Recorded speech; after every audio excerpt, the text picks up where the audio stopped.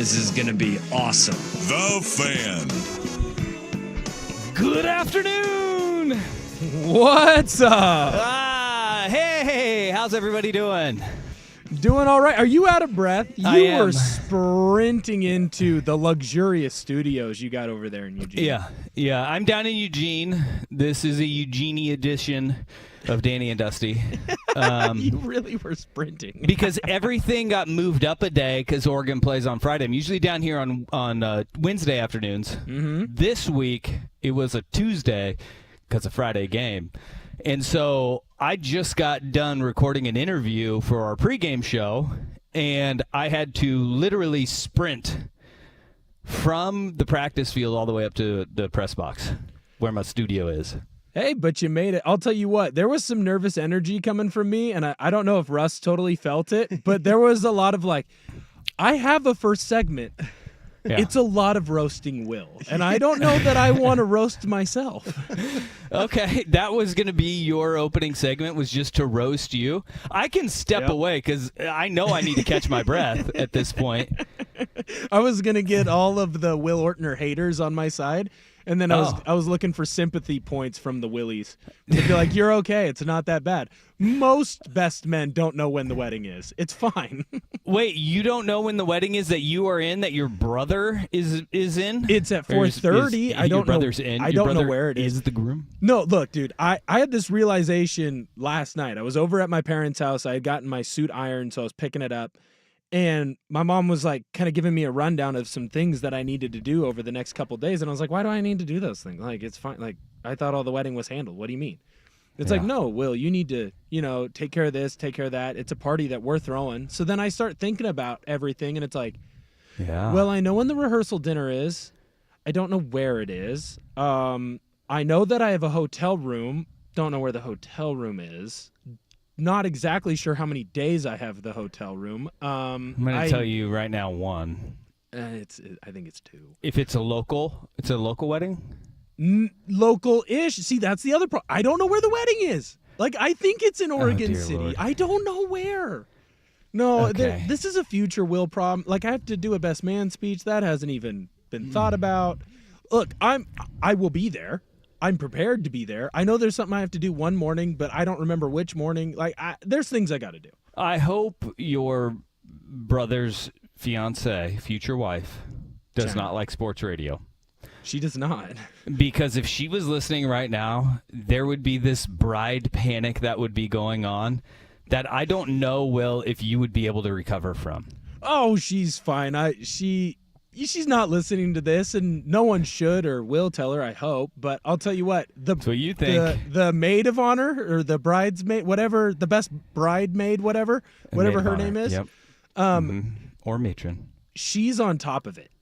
She has everything nailed down to the minute, so I'm really sloughing off the group work on her, and I'm waiting until I get my A. That's my plan right now. Your brother.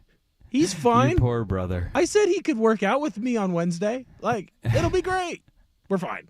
We'll figure it out. You get to work out with me, bro. Let's go. Yeah, dude, I got extra protein, creatine. We'll be okay. All right. I need to figure out where the registry is again. Yeah.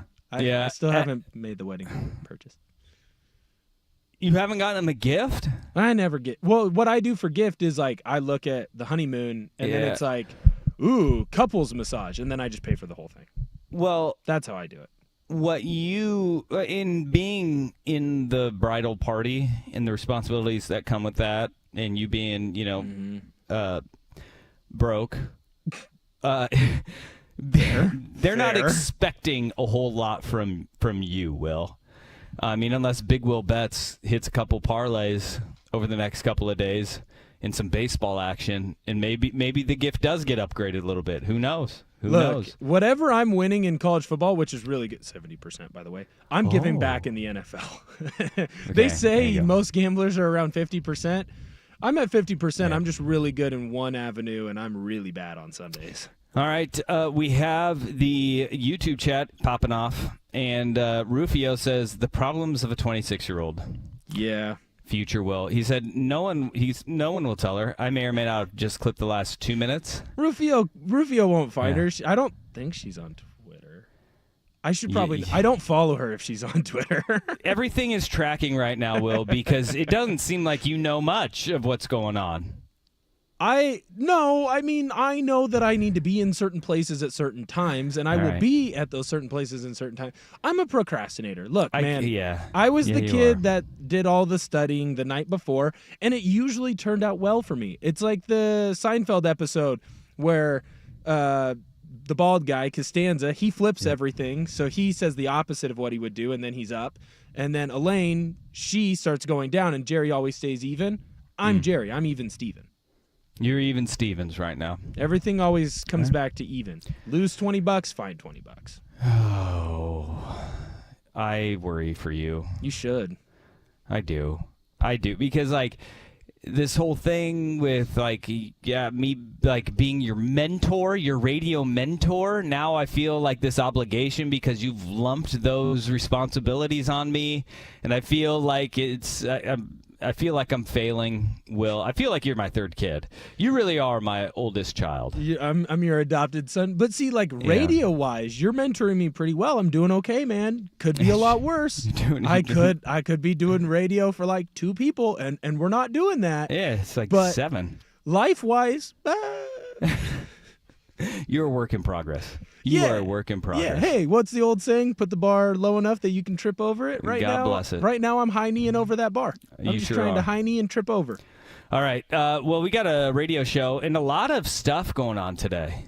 This has been a busy Tuesday, and it's not all football related. We've got MLB postseason has officially started. Your Astros are struggling, dude. Don't worry. It's not how you start; it's how you finish. Don't worry about it. Did they find the trash cans? No.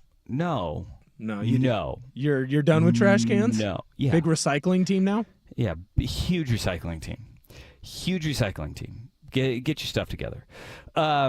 We got not just the MLB postseason. Look, the Pac-12 has expanded, and it may be one of my favorite victory laps of all time that is happening right now on social media. Yes, he is going off. And he deserves to do it. All right. We got a lot of folks that are out there talking about, all right, what does this mean for the Pac-12? What does this mean for the Mountain West? Where do this power struggle that's happening right now, where does it all lie? We are going to go ahead and dive into all of that. We've got a Monday night double dip last night. I don't want to talk about the Titans and the Dolphins. Do we have to do that? Will Levis had another funny meme. That's your recap right there. We did it. Funny meme, Will Levis. That was horrific football. Like when you have the Monday night announcers just doing the, wow, really good work by our production crew to find highlights to show during halftime.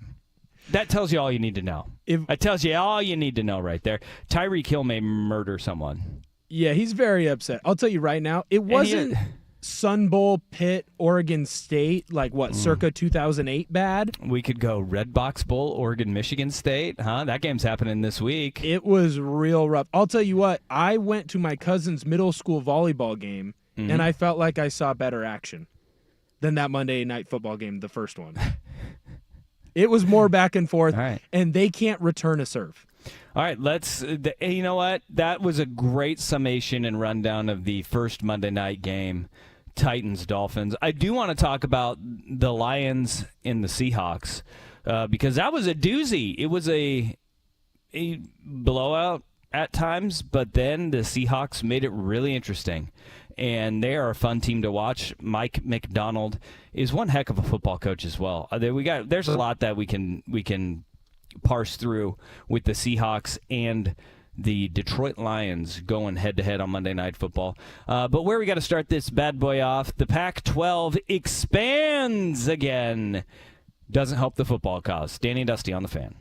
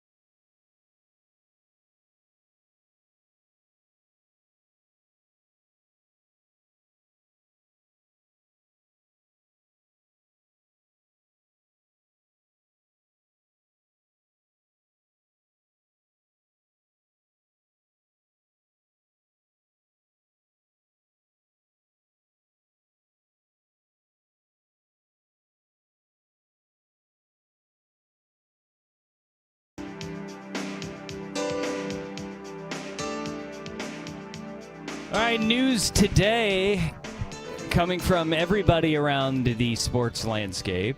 The Pac-12 is adding Gonzaga as a member in all sports the school plays starting July 2026. The Pac-12 announced this today. Obviously, this is big news for the Pac-12 because it is the biggest brand and the most viable brand that they have brought in to this point because of what Gonzaga means on this basketball stage and how good and prominent they have of a basketball program. It does not help the Pac-12 as it pertains to football, for one. But at the same time, what this is, it's a big move by the conference to bring in Gonzaga because that is a national brand, a national name, and it does instantly give credence to the conference. Well, it makes you a big-time basketball power. I think I saw somewhere on X, 6 of the 8 member schools made the NCAA tournament last year. Like, that's a big deal. I mean, obviously, as Oregon State, Washington State fans, they want, the Pac-12 to become that Power 5 conference. It's never going to be that, especially when it comes to football. But sometimes if you know your lane and the Pac-12 has decided, hey, our lane is we're going to be a really good basketball conference, there's still value in that. And you might be able to bring a team that they're more of a basketball school, but they still have that football element and continue to elevate yourself and find ways to, still be relevant and be a player, just albeit in a different avenue. Instead of football, you're now a player in basketball. And look, it does. It's what the Big 12 did. The Big 12 saw themselves on the outside looking in and said, fine, we'll just build a basketball power. And we heard about the potential of building the Big 12 and bolstering it in basketball with the addition of UConn.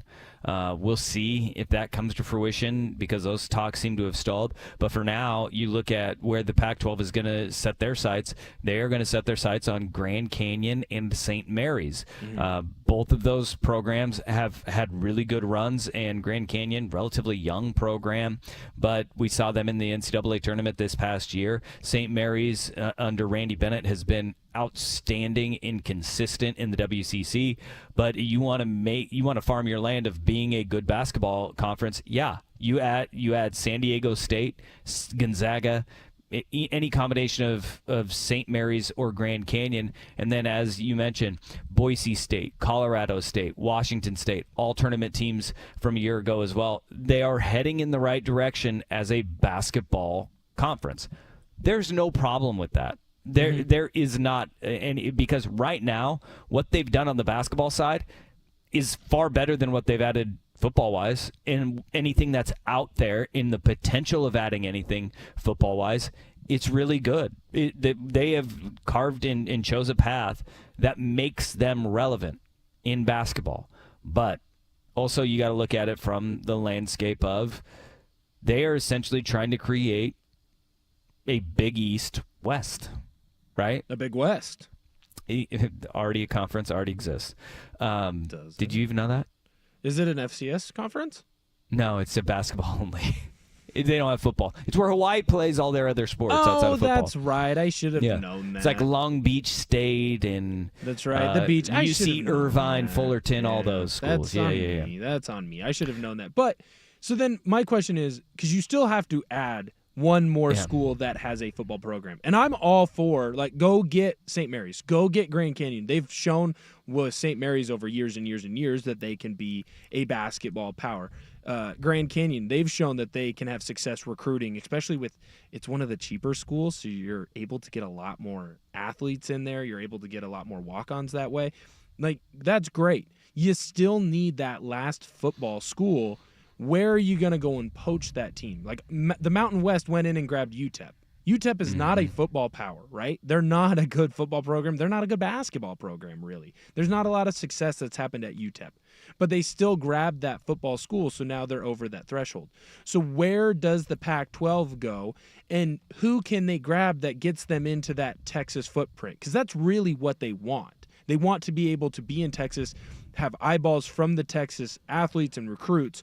Who can you go grab from that state or from a neighboring state that you think would even be willing to jump? right now because it feels like you would have thought UNLV would have been willing to make the jump, but they didn't. So then is it No. Texas State? Do Yeah, you I go mean, after a team like that? UTEP has been in conversations with the Mountain West. That's not really a great upgrade for the Mountain West, and it's I wouldn't say it's an upgrade.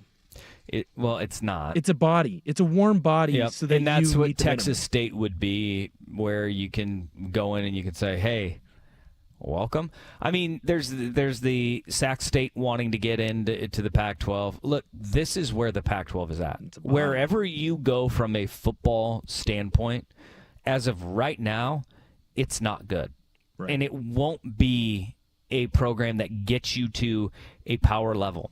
It really won't. But and truly, like the only way that the Pac-12 would be able to do that, and this would even be a stretch, is if the ACC dissolves and you get Cal and Stanford back. But I don't know. I don't think that's even getting you to that level either.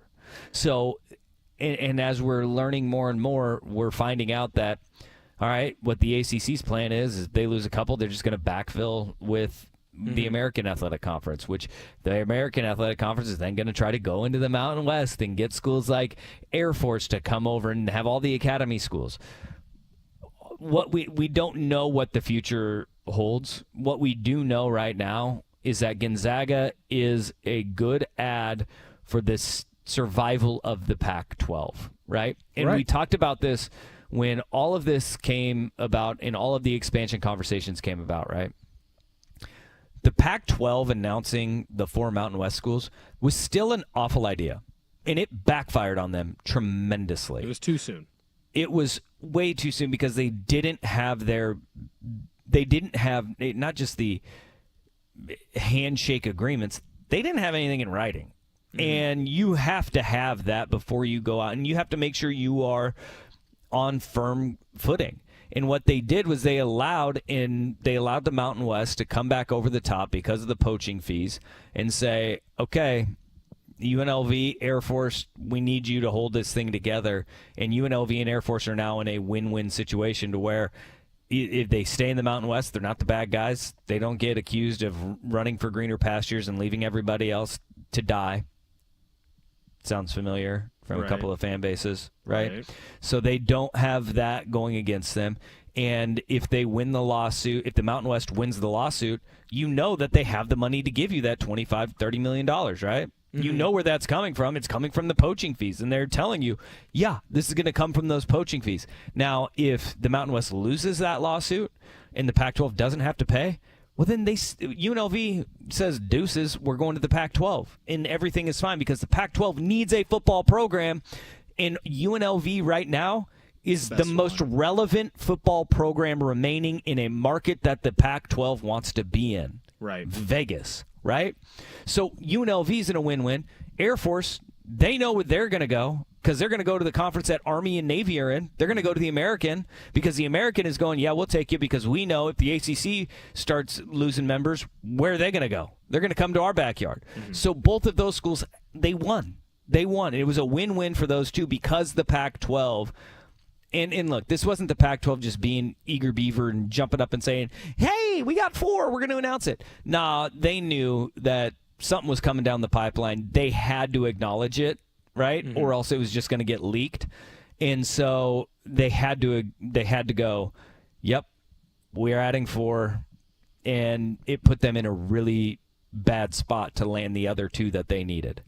Yeah, at the same time, though, well, I don't like what they did there, right? And they've put themselves in a bad spot and they've hurt themselves.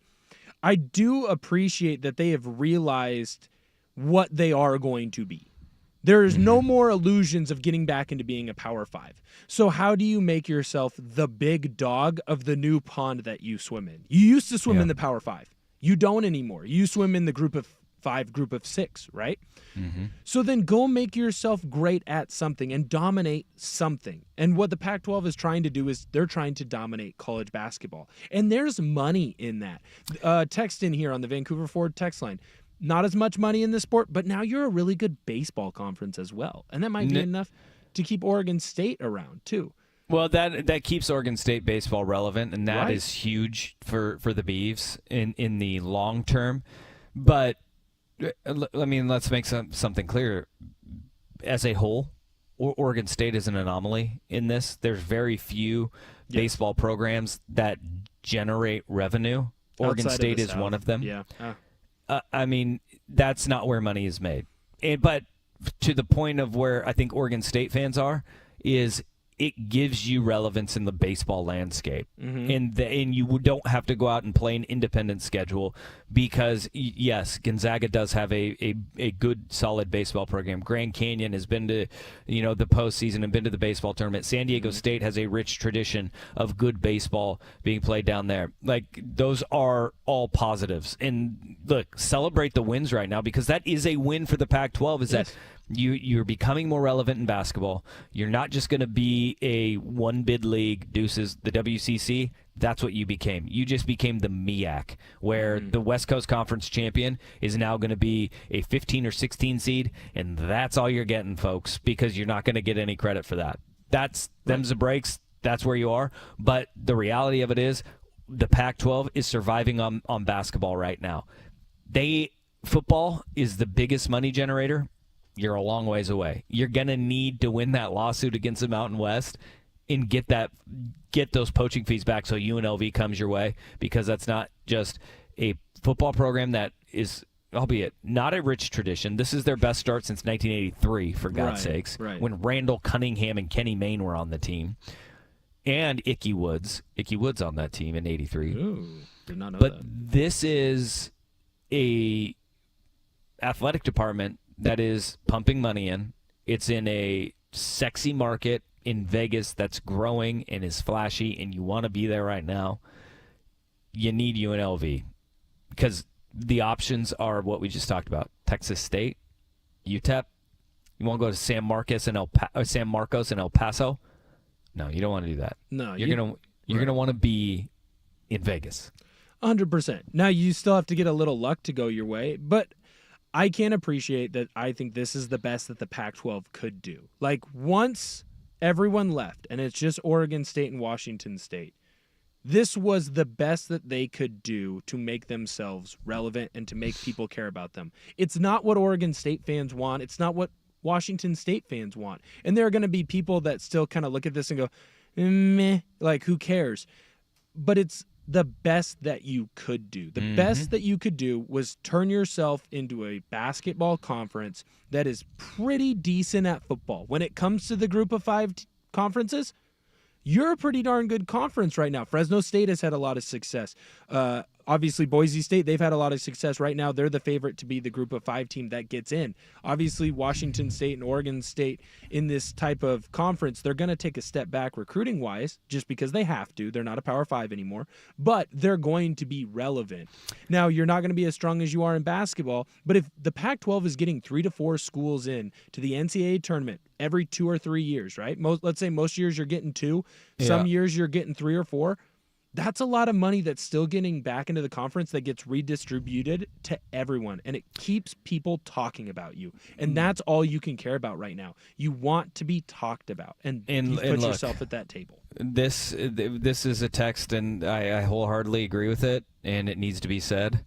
Vancouver Ford text line 503-864-6326. Your dollar goes further at Vancouver Ford. They treat you right before, during, and after the sale. Visit them online, vancouverford.com. Gonzaga doesn't do anything. It's not like the WCC has a major TV deal. That is true. I mean, Gonzaga does something. It does. But there is truth in that text. Gonzaga does not make this a $20 million a year TV deal. Fair. Doesn't do it. It means you are more relevant and you can tread water for a little longer because, look, to anybody that wants to jump and say, well, now they're in a better basketball conference. They are with San Diego State, right? Mm-hmm. The line, this is not going to move the needle for TV broadcast partners. It just isn't. It truly is not. Right. And here is where Gonzaga is leveraging it and saying, well, we get a full share and you guys play football and we don't?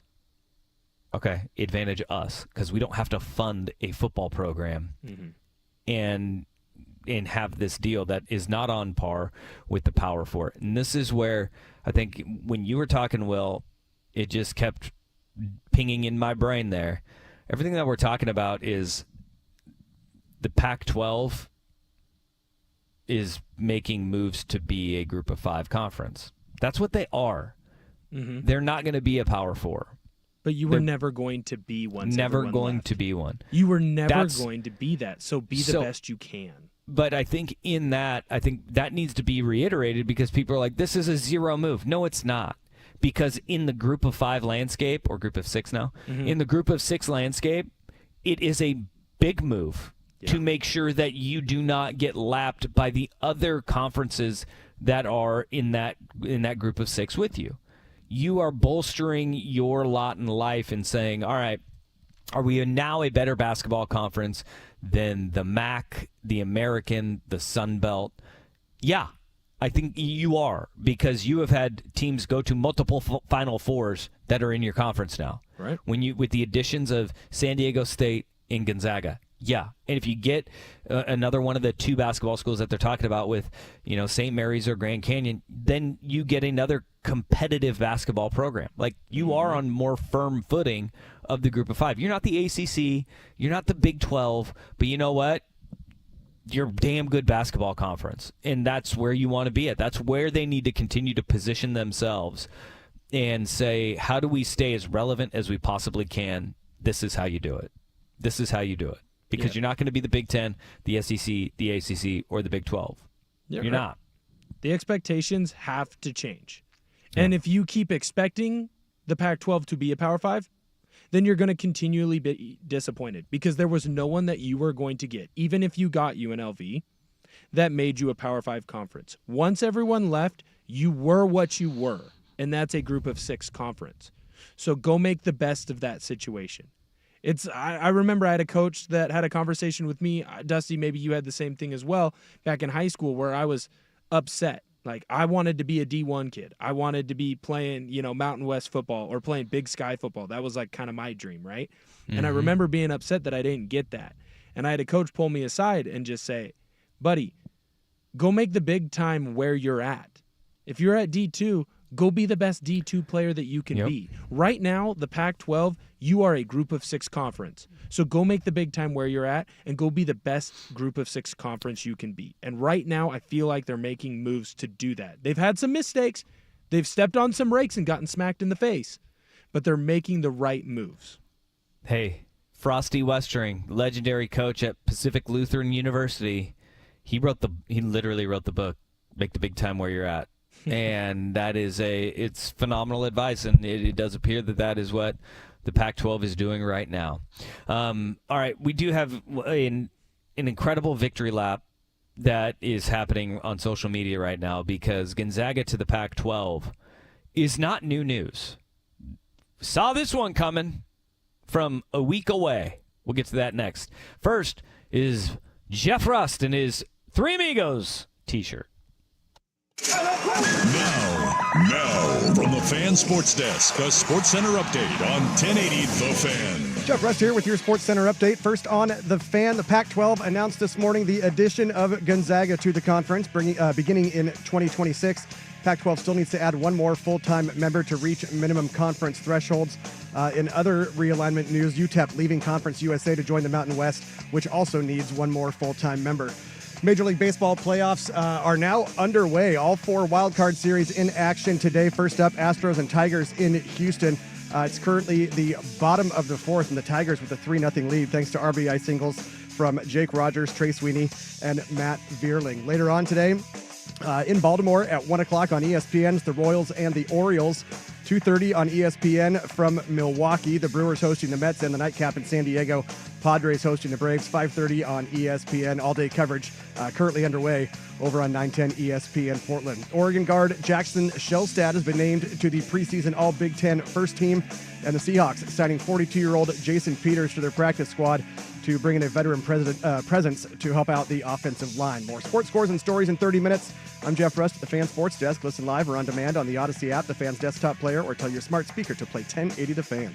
Jump back to earlier parts of your favorite Fan Fan shows on the Odyssey app. The only way to rewind Portland's sports leader, 1080 The Fan.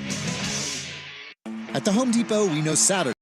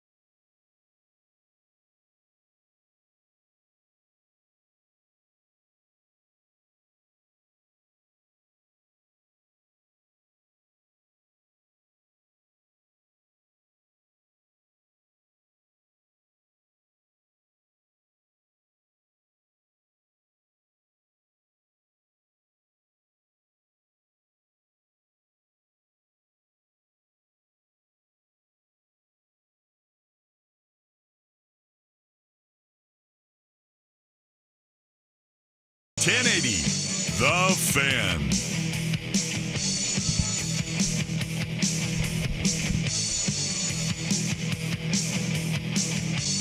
All right, one thing that is coming out of the Gonzaga to the Pac-12 landscape shift that we're seeing here is the fact that Brett McMurphy was right. And he'll Brett let you know McMurphy he was was. right. He's letting everybody know how right he was. And I don't blame him for this, right? This is a guy who was a news broker in the biggest name in conference realignment on the first time around, right? Mm-hmm. And he got let go by ESPN. He's now with the Action Network, but still very locked in with all things conference realignment, right? On like a week ago, or on September 23rd, it was September 23rd, right? Yes. He tweeted out that Gonzaga is leaving the West Coast Conference to join the Pac-12, sources told Action Network. Pac-12 still needs a minimum of 2 football members by 2026, but Gonzaga, even without a football team, will receive a full conference revenue share in Pac-12, source said. He didn't just nail that Gonzaga was leaving. He nailed the part where Gonzaga gets a full revenue share. And Right. everybody in the news-breaking world, use my little air quotes, they said, not true, not accurate, this isn't true. It 100% was true. 100%. And so now he is taking to Twitter and retweeting all of those people.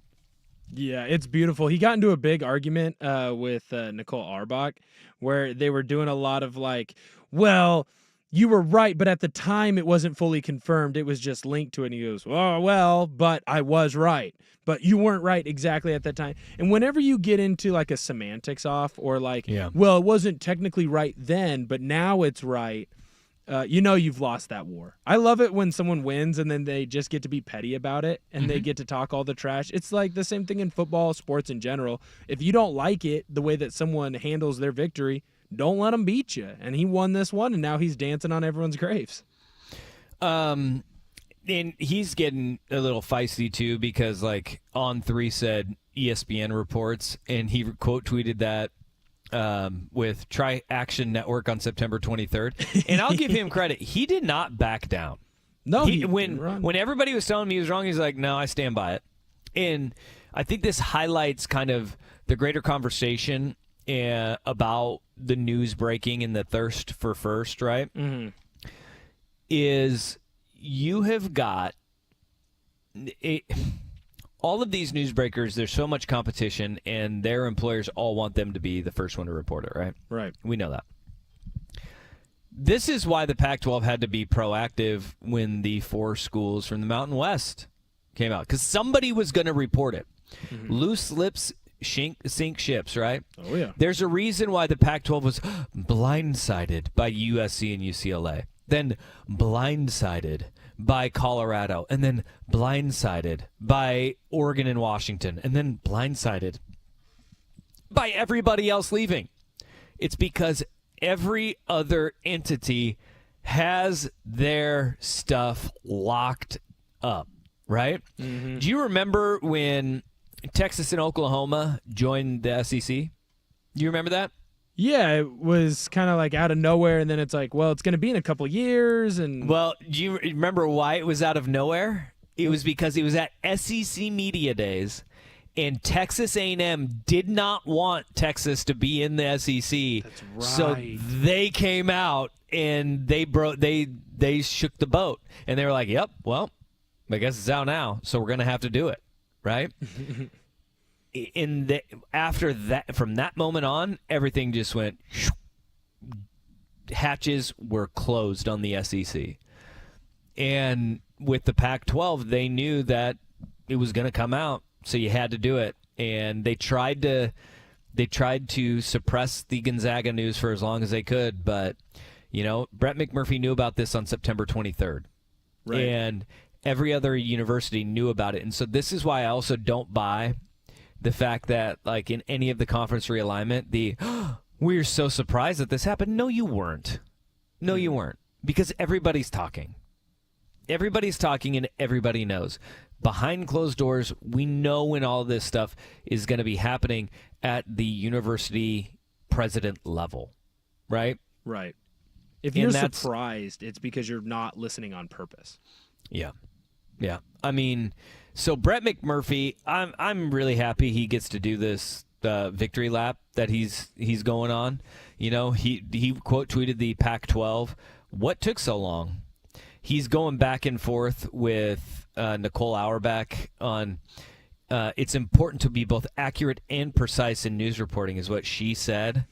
And Brett McMurphy quote tweeted her with, "Is Mel Tucker firing official yet?" And then why don't you go back to wishing college football coaches happy birthday and move on? She's been going off on a subtweet storm at Brett McMurphy. It's so funny. I love it when journalists get petty with each other, because I feel like a lot of the times those newsbreakers, they try and give off this persona of like, we're above this, we're above that. And then when they actually go against each other, they're just like the rest of us. They get in the mud, they yell, they scream. It's great, dude. I love it. Get after it. And McMurphy should. I'll tell you what, right now, whenever that dude tweets anything or posts anything on X that has anything to do with conference realignment, like, that's my number one guy now. He's been right about everything. Name one thing that he has come out, I mean, at least within the last 5 to 6 months, that I've been like, he's wrong. Well, I think this is where the boat gets rocked a little with McMurphy, is that he will be first to report guy. But not the no facts guy? Yeah. And sometimes he does whiff. Conference realignment, though, I'm with you. He's nailed it. And he has been nailing it for 13 years now, 14, 15 years on the conference realignment front. He's been really good. Huh? I want to know who his mole is because he's been nailing the Pac-12 stuff, and in that time, there have been 3 different conference commissioners. So who's giving him the deets? Merton Hanks. I have no idea who that guy is. I have no idea. Or lady. Oh, I thought you actually. I thought you were breaking news. I'm like, oh, no, Merton people. Merton like, Hanks. No, Merton Hanks used to work. Remember, he was brought in to be like the rules official for the Pac-12. Oh. You probably don't even remember who Merton Hanks is. San Do you know Francisco who? 49er. No, but Russ, don't ruin it. We He needed played to ask football for Will. the San Francisco 49ers. What was he known for?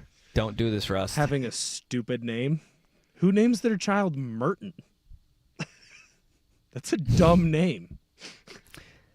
Dude, see, this is why you don't have as many Willies. Like this is why the Willies aren't Well, I'm growing. sorry that I offended the one person in the world whose name is Yeah, man. Merton. There's like at least more- one. No, there's one no guy more named Mertons. Merton listening right now. Is like, you know what? The hell with that Will guy. No, there's no one named Merton.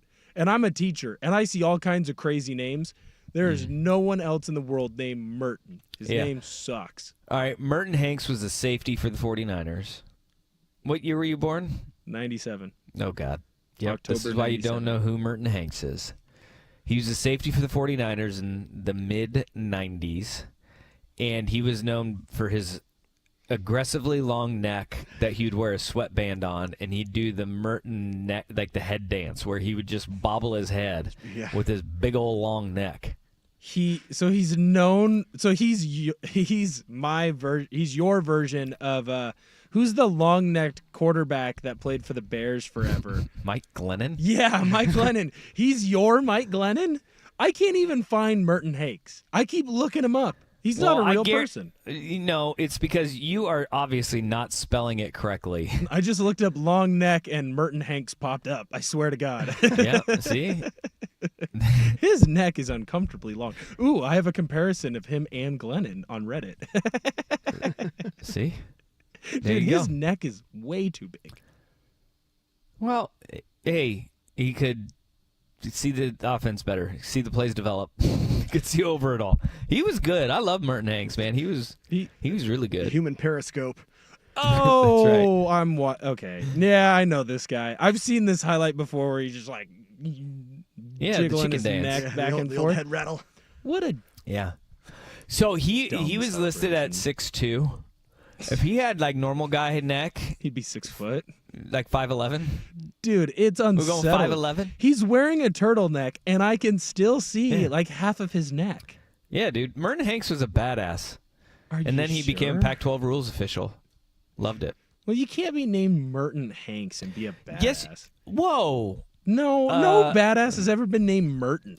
Obviously, you've never heard the Johnny Cash song "Boy Named Sue." I have heard that song, and I love that song. I'm a boy named Sue. How do you do? Yes. Tonight you're gonna die. So, why did he name his son Sue? Because he had to toughen him up. Gave him a girl's name because he had to toughen him up. But So Merton you isn't a saying- girl's name. I know, No. but Merton is like Merton- an old timey name. Merton is also the name of somebody who gets shoved in a locker. So Yeah. maybe it was to toughen him up. Maybe it's a family name. But maybe you're just poo-pooing on the whole Hanks family right now. Well, his brother Yeah. is named Tom. I think he's fine. Why does he have That- a stupid name like Merton? They're not related. I don't know. They have the same last name. They're not. His nephew is Chet. the rapper. Yeah. All right. Okay. Well, that's talking Pac-12 and Brett McMurphy's victory lap. Pretty cool. Good for you. Good for you, Brett McMurphy, and good for you, Merton Hanks. Don't let Will Ortner. Pro Bowler Get Merton in on Hanks. this. He was a Yeah. Pro Bowler when I was born. Yeah, you know what? Back when the Pro Bowl mattered, Will. Then he was out of the league in 2 years. He was a Seahawk. Former Seattle Seahawk great Merton Hanks. I don't remember him on the Seahawks. He was almost Defensive Player of the Year. He was an All-Pro a couple times. Good for Merton. Yeah, what is he? 2-time first team and 2-time second team? 3-time second team, 1-time first team. Defensive Player of the Year, he lost to a guy named Bryce Pop. Yeah, well, see? Merton Hanks, you're learning a lot. See, this is an educational period for you. I'm glad that we're going through this. I'm right glad that I learned about the greatness that is Merton Hanks. You need to learn more about him, if we're being quite honest here. Well, I'm a big fan of his cousin, so why can't I be a big fan of him? All right. This is a bad idea. Okay, hey. Letting me go. That's a bad idea. Tom Brady and Baker Mayfield, they had a little beef, maybe? Next on The Fan.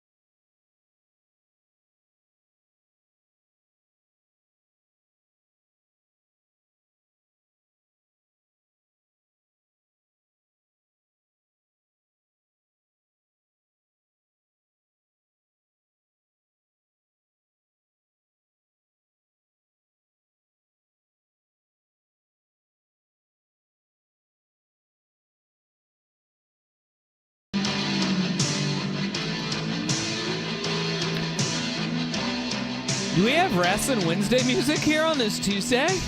Oh, it is Tuesday, isn't it? I was going to say, I just thought that you had the Ultimate Warrior going. I was like, that's awesome. Yeah. I'm for the Ultimate glad that's Warrior in the being stat. in the rotation.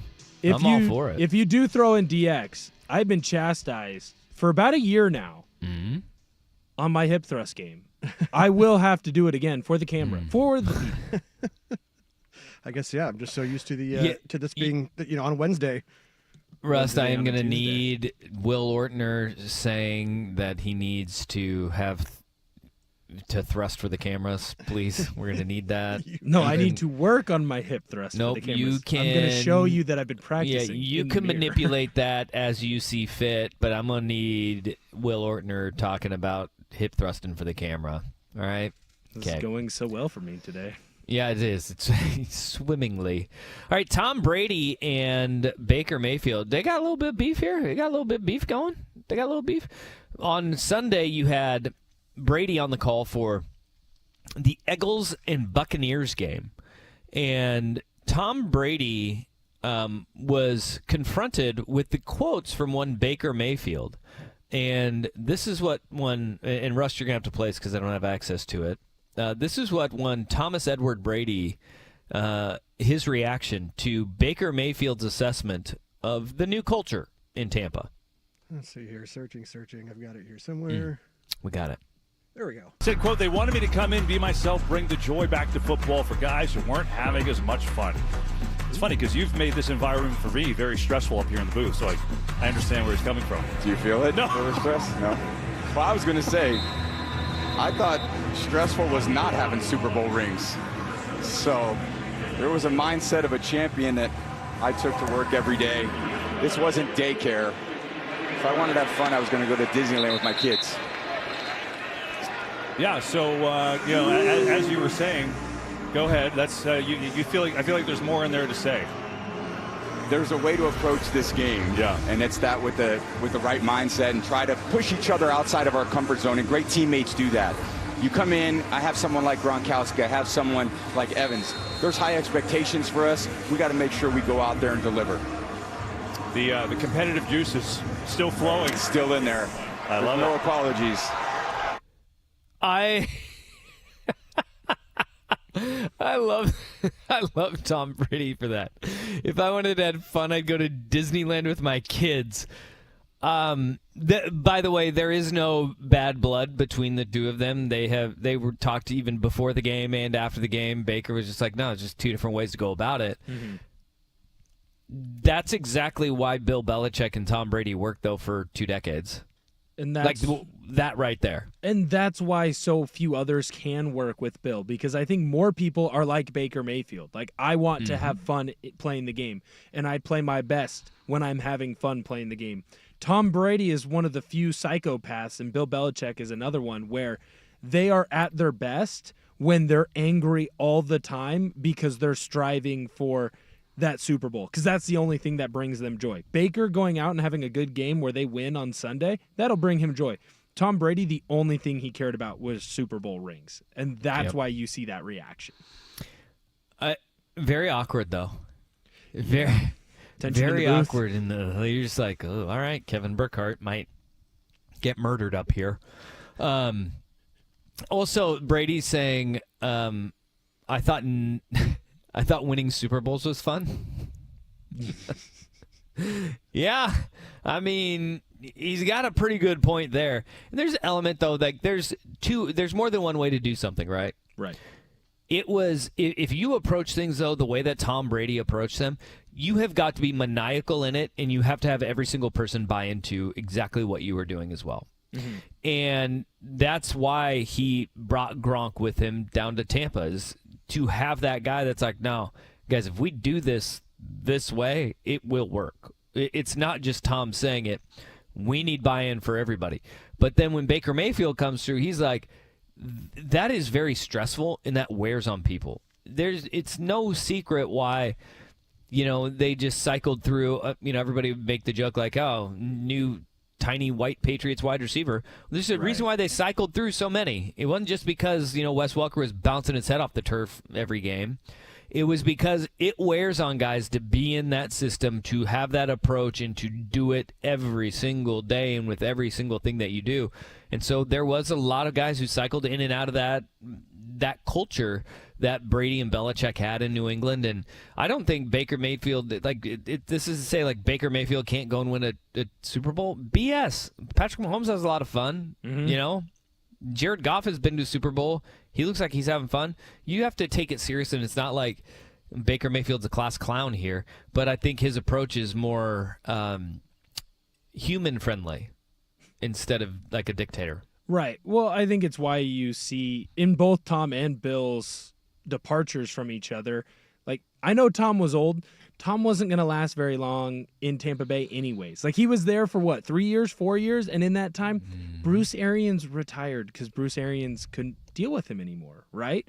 There were a lot of players that were there for the first Super Bowl for the first year, but after a year or 2 or 3, they kind of leave and they go away. Yeah.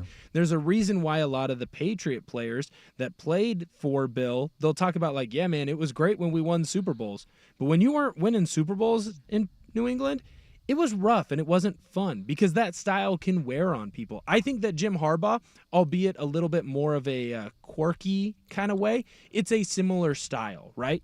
Jim cares about winning, and he's going to do everything that he can to win.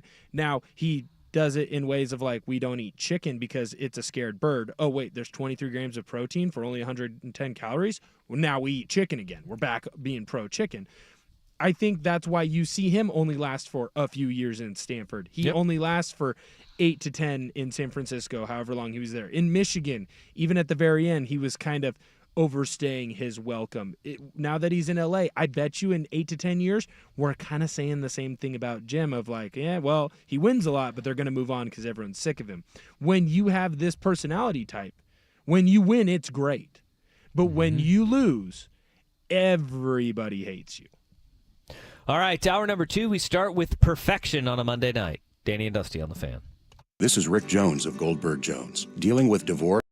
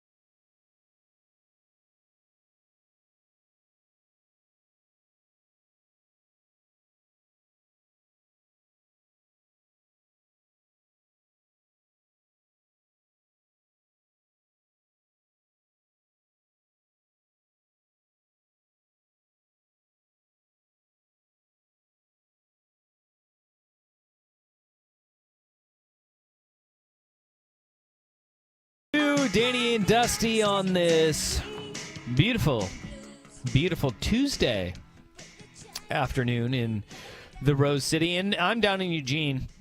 I'm trying to find on the TVs down here the Houston Astros losing to the Detroit Tigers in the AL wildcard. Postseason's here, my friend. Postseason baseball is here. Giddy up, Buttercup. We got a few games today. Astros and Tigers are in the top of the sixth down in Houston. 3-0 Detroit. Nothing to see there. Royals play the Orioles at 1 o'clock. Mets, Brewers at 2:30. And Braves, Padres at 5:30. It is a little weird to have baseball on and like meaningful baseball this early in the day. No, I feel like the playoffs are always earlier in the day, especially like the wild card round because you have so many games. What's weird is to see another person excited about meaningful baseball at this time of year. As a Mariners fan, I've really only known what that experience is like once. So it's foreign to me when I see you excited in October about baseball. Yeah. Maybe one day you will. Maybe. Once again. I'd love to. I'd really hope so. We just got to get to that 54% mark. If we can just win 54% of the time. I've talked about this. The most cruel aspect of this season is literally you win 54% of your games, you're in the playoffs. Well, shoot. That was 54% was the line to get into the postseason. Here's the worst part. On the dot. You win 54% on the dot, you're in. Here's the worst part. You were up at one point like 8-0 on the Royals. You blow the game 10-9 in some meaningless game, or at least we thought was a meaningless game, in the middle of the season, and you missed the playoffs by one game to who? The freaking Royals. Yep. And then you win your last four. Well, that's classic Seattle Mariner baseball. As soon as we're eliminated, no one's better than us, baby. Pressure's off, my man. Pressure's off, my man. Now Julio's going to hit a bunch of home runs. Make that stat line look better. Yeah. Let's go. I'm sorry. Mariner fans have to go through that. It's not fair. It's not right. You guys deserve better. Yada, yada, yada. Maybe next year, 54%. Well, I heard that Stanton and Dipoto have gotten really big into waste management this season. So in the offseason, they're going to look into garbage? More trash cans around the stadium, and they think that will help them pay off next season. Again, maybe the offense will turn up a little bit. Again, you need to listen to. There's an Odyssey podcast about the Astro scandal. Ooh, I can't wait to check it out. Yeah, no, it's really good until Mariners fans hear the part that the guy who was so aggressive in implementing it worked for the Mariners before. Well, that's why he was. That's why he was never caught. He worked for the Mariners. They were hitting 200 with the trash cans getting banged. They would have been hitting 180 without it. Yeah. Also, nice deflection there. Oh, well, I mean, the guy who started it, just, whatever. We're not the first crime family. A different crime family started the mafia. We just branched out into our own thing. They absolutely went and they said, all right, well, we'll just do it more aggressive than anybody else. But everybody wants to act like their crappy franchises are I am the victim. And everything. My franchise is the victim. Every single one is. Your heinous crimes. Continue to sit over there in Eugene and deflect from your ivory tower. I will, with the 2 World Series rings, too. Are they blocking your ears like Patrick Waugh? Yes, sir. Wait, what? Is that what he says? Yeah, have you not heard that? It's a great great interview clip. What did he say? Well, basically... Legendary goalie, Colorado Avalanche, Patrick Waugh. That's right. And Montreal. Someone was making fun of him for something that he did, and he goes, well, you can tell that guy that I can't hear him because I have both of my Stanley Cup title rings blocking my ears. Hey-o! It's a great clip. Great. That is fantastic. Major League Baseball postseason is well underway with the Astros, to the joy of many, getting beat 3-0 right now in the 6th inning to the Detroit Tigers. So you can keep that one in. And just underway is Baltimore and Kansas City. I like that series. I like that matchup. That's a fun one, too, Baltimore, Kansas City. I think for these wild card rounds, I think 3 of the 4 are really intriguing, with Kansas City, Baltimore, Atlanta, and San Diego, and then Detroit and Houston, because the manager of Detroit, oh, by the way, A.J. Hinch, former Houston Astros manager. There you go. Well, fired in the wake of the cheating scandal. Just so they could bring back Dusty. I'll tell you what, though. I think that series, the Detroit and Houston one, might be the most intriguing to me, not just because Houston's an AL West team, but because Detroit, this is one of the most improbable runs of all time. Like, they don't have a true, like, star other than Skubal, the pitcher, who's probably going to be the AL Cy Young. Aside from it, like, you go down the list, they don't have a big home run hitter. They don't have a big on-base guy. They don't have a big gold glove guy in the outfield. They're just a bunch of misfit toys that all of a sudden realized, halfway through the year, hey, we can be halfway decent. You've got a decent staff headlined by your big ace, who he's going to go out there, and it looks like he's dominated so far in this game. You've turned to the bullpen now, so we'll see if you're able to hold on. But if Detroit wins game 1, you just got to get one of the other two, and you've got a bunch of guys right now who don't know that they're not supposed to be good. Why couldn't they do it? They're a really fun team. And the same thing with San Diego, right? Juan Soto goes over to New York, and people kind of start writing off San Diego, struggle it out of the gate, and then they get red hot at the end of the year and go on an insane tear at the end of the season. They play the Atlanta Braves, who've just been banged up and hurt all season long, and still really damn good in a window open for a World Series. And then Kansas City and Baltimore are just 2 great stories, right? Right. Young, uber-talented team in Baltimore. You got Bobby Witt Jr. and the Kansas City Royals kind of holding on for dear life at the end of the year. That's really fun. The only series that doesn't really do much for me is the Mets and Milwaukee. Yeah, I don't really care. Although, to be fair, like with Milwaukee, your manager, who was a big deal last year, left to go coach in Chicago because he wanted to be the Cubs manager.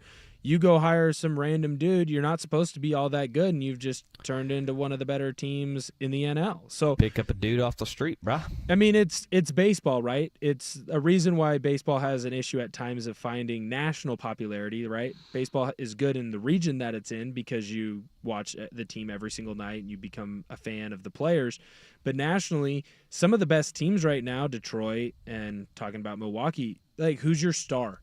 Who's your big name player? I couldn't name any. Like, I know about Skubal. That's about it. And I'm a pretty big sports fan. I watch baseball pretty much every night. And between those 2 teams, I can name you one big-time star.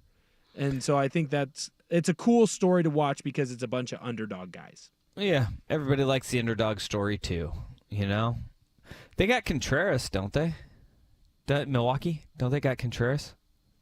Let's pull up their roster right now. Yeah, I think I think he is there. I think William Contreras is their catcher, right? Sure. Catcher hits for average. All right. Okay. Well, yeah. Baseball. Milwaukee Junior. They do have William Contreras. Yeah. Can you name another? Another Milwaukee Brewer? Can you name another Milwaukee Brewer? Craig Counsell. I don't know that he's on here. I've got the playoff roster up right now. Can you name another? There is one name that sticks out Freddie to me. Peralta, pitcher. You got one. Freddie Peralta is on the roster. They also have and Aaron then Civale. What's his name? The kid who was an all-star last year. Second. For the NL? Because there is one who's been you're thinking Rhys Hoskins. Rhys Hoskins plays? I had no idea. Yeah. Former Philly? Yes, he is a part of the infield. No idea. Huh. All right. Well, Milwaukee Brewers catch the fever. Little team that could. See, and I think that might be right there what we just talked about. The most frustrating part about the Seattle Mariners is that you have Julio Rodriguez. You have 4 legitimate starting pitchers. You really have 5. Yeah, but you have 5. Okay, Bryce Miller's good because Bryce Miller's your 5th. Bryce Miller's really dang good. But you have Julio, you have Rosarina, Cal Raleigh. All right, okay, Cal Raleigh. But I'm saying like household. You have a couple household names on that team, mm-hmm.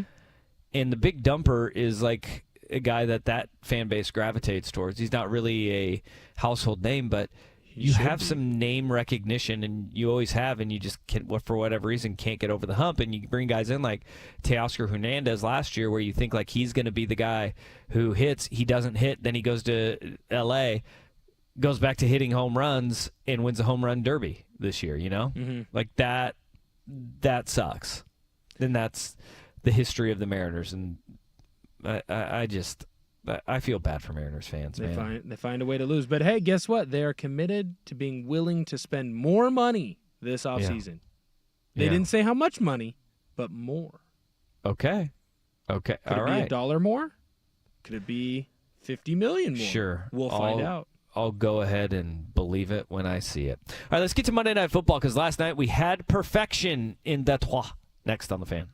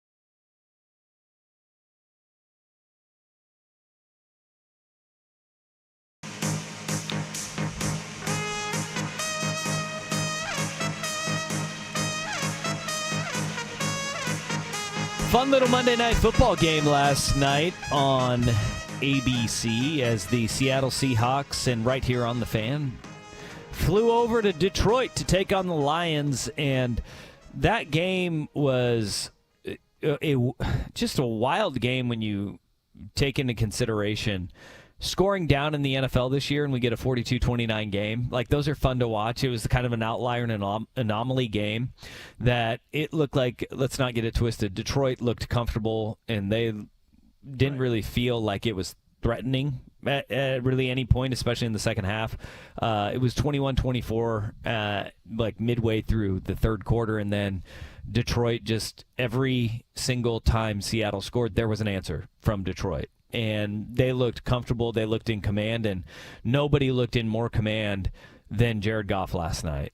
And we saw a game of perfection from Jared Goff. 18 of 18. 292 yards, 2 touchdowns, 0 interceptions on the game. That is bonkers, dude. I think you can make the argument he was 19 for 19 because he caught the other one, too. Yeah, ball never hit the ground. He Not doesn't once. qualify for any of the NFL's records because he didn't complete 20 passes or attempt 20 passes on the game. But I've seen a lot of people try to knock Jared Goff in that performance of, well, I mean, he didn't push the ball down the field. So what, we want guys to push the ball down the field and throw in completions? Is that what we want? Right. And they're like, hey, well, I mean, he only averaged, I think it was 4.9 yards per air through the air on attempts. Everything was just underneath. It's like, well, yeah, but he also averaged 16.2 yards per attempt on the game. And I think there is something to be said about this era where teams are trying to keep everything underneath and a quarterback finding his receivers open enough to where they make the play and they get the gain afterwards, right? It really does not matter to me that Jared Goff was a check down Charlie, because the throw to Jamison Williams was perfect. And that was one where it was like an intermediate pass, but it was a perfect throw to Jamison Williams where it went for 70. He had one to Laporta, his tight end, where, sure, doesn't go through the air very many yards, but it was a gain of 30. Tim Patrick also had a gain of 30 on the game. Like, you're sitting there and you're going, so we want to sit there and knock a performance of 18 for 18 and say, yeah, but he didn't throw the ball down the field? No, take what the defense gives you, for goodness sakes. I think a lot of teams watching their quarterbacks would say, why don't you just throw it to the guy who's open? Well, if the guy who's open is underneath, allow him to go and get yards after the catch. And I think that was the most impressive part about the Lions' performance in Jared Goff last night. Right. Well, first, remember, heard here on Danny and Dusty yesterday, I did say if you're going to bet anything, bet the over in this game, right? Yeah. So good for Big Will Bets. There we go. Big Will Bets. Just making sure I can pat myself on the back. Hopefully my hand doesn't hurt afterwards. Mm-hmm. But I think that a lot of the people that are complaining about Jared Goff's performance are the same people that would rip him apart if he was like 10 for 18 and then they lose this game. You start looking back at the still shots and it's like, oh, well, this guy's wide open here. This guy. Everyone just wants to have a dissenting opinion, right? They want to be different. Everyone else is going to talk about how great he was, how perfect he was. Let's be different. So that's stupid. I'll tell you what right now, as good as Jared Goff was, and he was perfect, Ben Johnson, if there's a range above perfect, he called a masterclass of a game because he knew that Seattle was going to be without 3 of their 4 starting defensive linemen. So he knows that he can have these longer developing crossing routes, and that's going to mess with the zone that McDonald was playing in. Seattle has been one of the best defenses against the pass this whole season. They've been one of the best defenses in total this whole season. So they go out and they pick apart Mike McDonald's defense by throwing a bunch of crossing routes, a bunch of stuff that's over the middle, and then let your athletes out-athlete the Seahawks defenders. And they did a fantastic job of this. To be able to go out, I think, for the Lions and dominate offensively against this Seahawks team, which I do think will be a playoff team. I don't know that they'll win the division, but I think that they should be able to wrap up a wild card spot. I think it's a big boost because you might see this team in January. Yeah, it was a cool performance, and it was one that it was understated, during the game and when you watched him play, but he was the epitome of efficiency in that game, and even to the point where his coach Dan Campbell didn't even realize that he was perfect on the game. And Rust, I know we had the audio of that. Can we hit the Dan Campbell? Yeah, well, I just gave the game ball to somebody else, so I feel awful right now. Yeah. No, I knew he played a heck of a game. I did not realize he was perfect. I did not know he was literally 18 for 18. But I knew he played really well. You could feel it, and he really found his rhythm early. And I thought he was seeing the field, played with rhythm. He had to move a little bit in the pocket. I thought what really kick-started him is he had to kind of move in the pocket, got spun around, and hung with J-Mo and hit him on the hook for the first down. It was big, man, because he was rolling after that. But just a number of huge throws, played with poise, got us in the right play. it was a heck of a play down in the red zone on the catch. Good throw by Saint. Been working that. So I just thought it was excellent. And credit to Ben Johnson too. I thought he called a heck of a game. It was a good game plan, and really everybody on that offense, stepped up and found a rhythm today. Jameson Williams got the game ball offensively for the Lions last night. 2 catches, 80 yards, and a touchdown. He caught both of his targets. He was perfect too, technically. Dusty. Yeah, you can only get the ones that you get that are thrown to you. Was this the best quarterback game we've seen so far this season? As a whole, with Geno, when you take teams. Geno and Goff, I mean, it was pretty damn impressive. Geno's 5 yards away from 400. Now, obviously, he wasn't perfect, and he has a lot more attempts, but they were behind much of that game. His offensive line did him no favors. I felt like Geno was moving around constantly because that offensive line was getting after him. I was really impressed with Ryan Grubb's game plan. You're seeing a big difference in the Seahawks offense because they have started using the middle of the field. Under Shane Waldron, they never ran routes into the middle of the field. They're doing it all the time now. You can ask Bears fans. Oh, yeah. No, it's bad. They're not happy with Shane Waldron either. I warned Bears fans about what they were going to see, and he likes to attack the outsides. He doesn't attack the insides. DK Metcalf, I also feel like this year has I don't want to say exploded, but I feel like based on what his performance has been under this new Ryan Grubb system, I feel like he's a top 8 to 10 wide receiver in the NFL right now. Like, there aren't many that you're going to take over him. He had 7 catches for 104 yards. He didn't have a touchdown. He probably should have. He caused multiple defensive pass interference calls in this game. I mean, yes, he has the one fumble, but there's a part of me where it's like, he broke 3 tackles. Am I really going to punish him because the 4th guy made an incredible play and got the ball just out at the last moment? Got to take care of that ball, bro. He does, but I'm not going to crucify a guy who's ran through 3 big tackles. Also, Kenneth Walker's broken tackle was insane. But I just feel like when we talk about rolling over the guy? Yes. That was crazy. He rolls over him twice to break the tackle. But what I'm saying is, in a season where we've talked about offensive play as a whole being down, quarterback yardage, quarterback percentages being down, this felt to me like you saw 2 quarterbacks, albeit unlikely candidates for this, go out and play pretty dang close to A-plus performance from both of them, and you had one of the more exciting games that this year has had. Yeah, the interception at the end for the Lions, I mean, that was, great catch. It was an incredible catch in the end zone where he gets his hand underneath and the ball looked like it. Well, the ball did move, but he had his hand underneath it. That was a crazy catch. And I'm not going to pin that on Geno because time is your enemy at that point. You're trying to get a score late to keep within striking distance. I agree with you. I think that was an incredible game by both of them.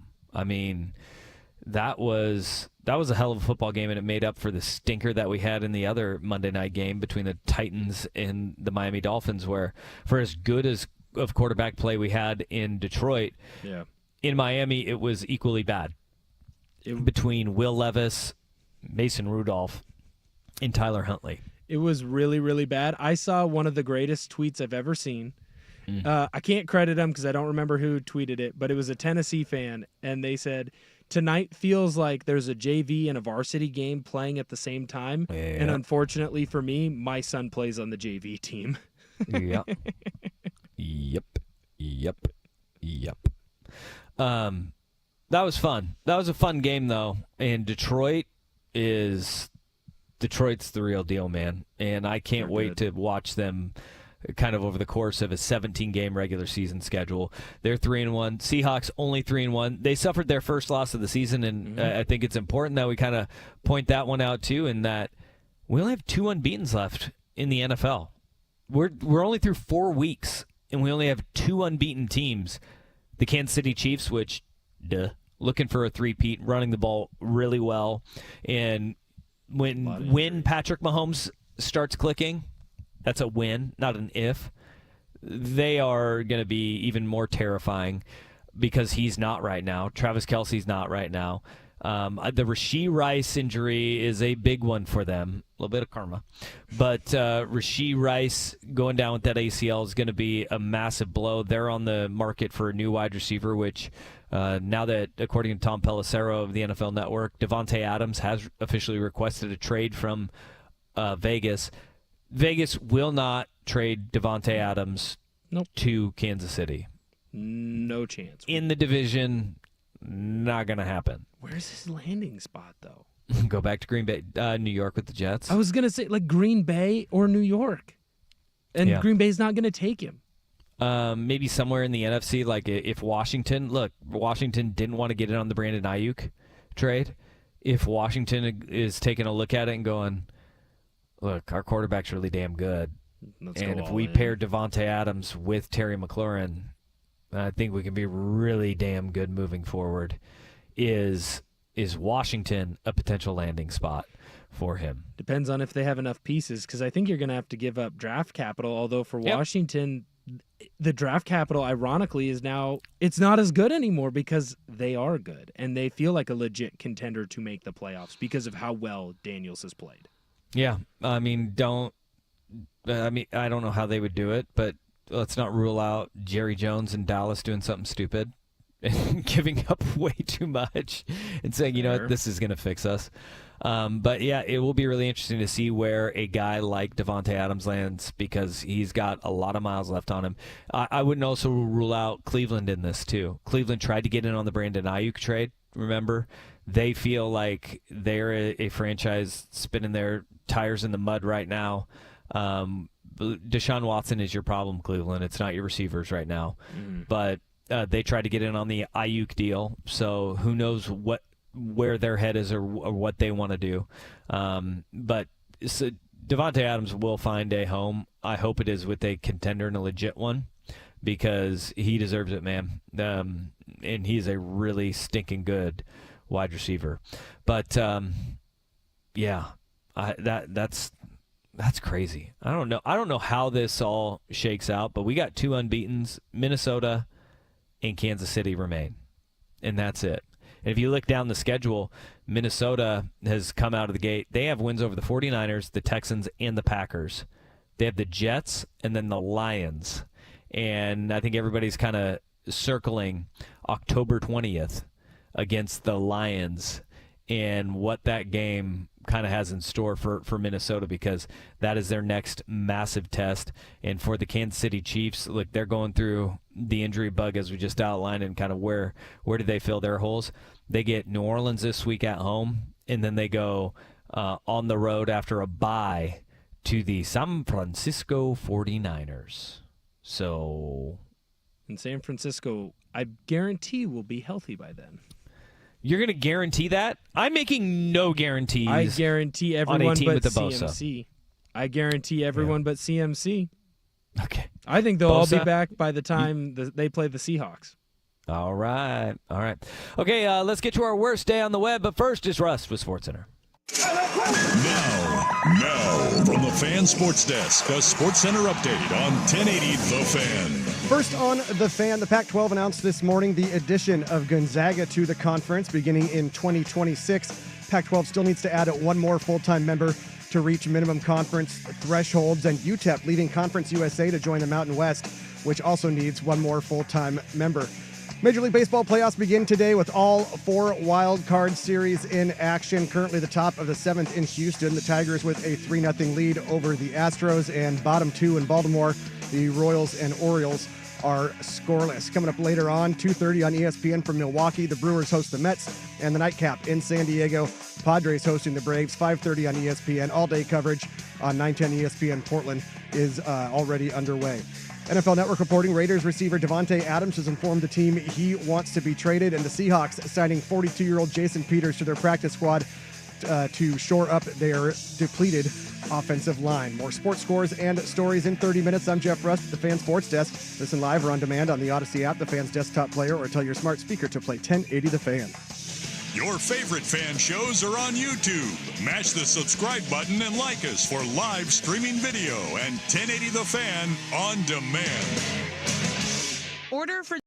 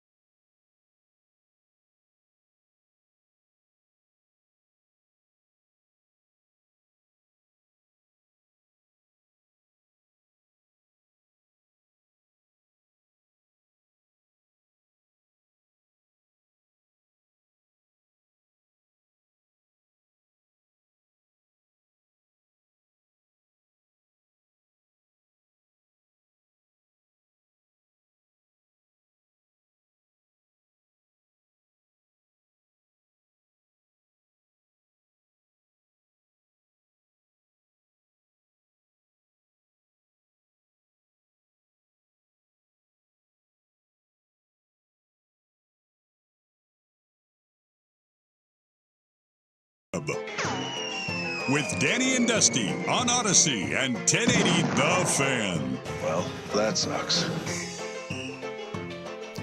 All right, now time for our worst day on the web, which often it goes to a best day on the web. And I wanted to put this as at the worst day because of the blasphemy that my co-host today, Will Ortner, because Danny is at Trailblazers training camp. They're opening the doors to training camp today for the Portland Trailblazers. So Danny is there. He'll be back tomorrow. No worries, everybody. He'll be back mañana. But you blasted the great name of Merton Hanks. It's a stupid name. That's It's why an only all-time name. One person You has stop that that. name. That's why it's stupid. No. Merton Dumb. is. Look, Merton's going to name a come. It's that is going to make a comeback. That name is. No, it's not. Merton does my taxes. And there's only one guy named Merton. See, that's why he went. It doesn't sound like a football name. He went counter to that, and he ended up being a great football player. One of the best, roaming the secondaries in the 90s, Merton Hanks. But today we have the top 25 names in college football, and I want to see how many of these you are going to sully as well. Because you sully the fine name of Merton Hanks, what are you going to do with Maury Bamba, the cornerback from BYU? Maury Bamba. That's a How fun about name. I got no a issue great? with it. I mean, this is a great name for a corner. Mobility. That's a great name. He's a corner at Rice. Mobility. Hell yeah. Hopefully he's flexible. Does he play Yeah. multiple positions? Well, you can go to. He's a tight end from Northern Colorado. Cash Cheeks. I mean, if you play tight end, Cash Cheeks is a phenomenal name. It's better than catch. I hope his nickname is Stink. Stank Cheeks. It's like, oh, brother. All right. What about you go the military route?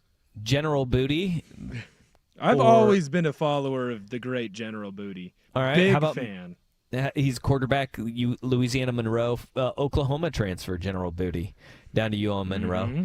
How about this for a kicker from UTEP, Buzz Flabiano? Wait. Buzz Flabiano? He plays kicker at UTEP? Yes. I'm trying to say what's up to Buzz. Golly. That's like it's not the worst kicker name of all time because Chris Blewett is the worst name for a kicker ever. You can't be a kicker and your name be Blewett. Yeah, I mean, it's like the worst name would be like, Todd Shanks. That's the only thing worse. Jeff Noonan. As a golfer. Yeah. Or a kicker, yeah. Noonan. Yeah. Steve Slice. Buzz Flabiano. That's great.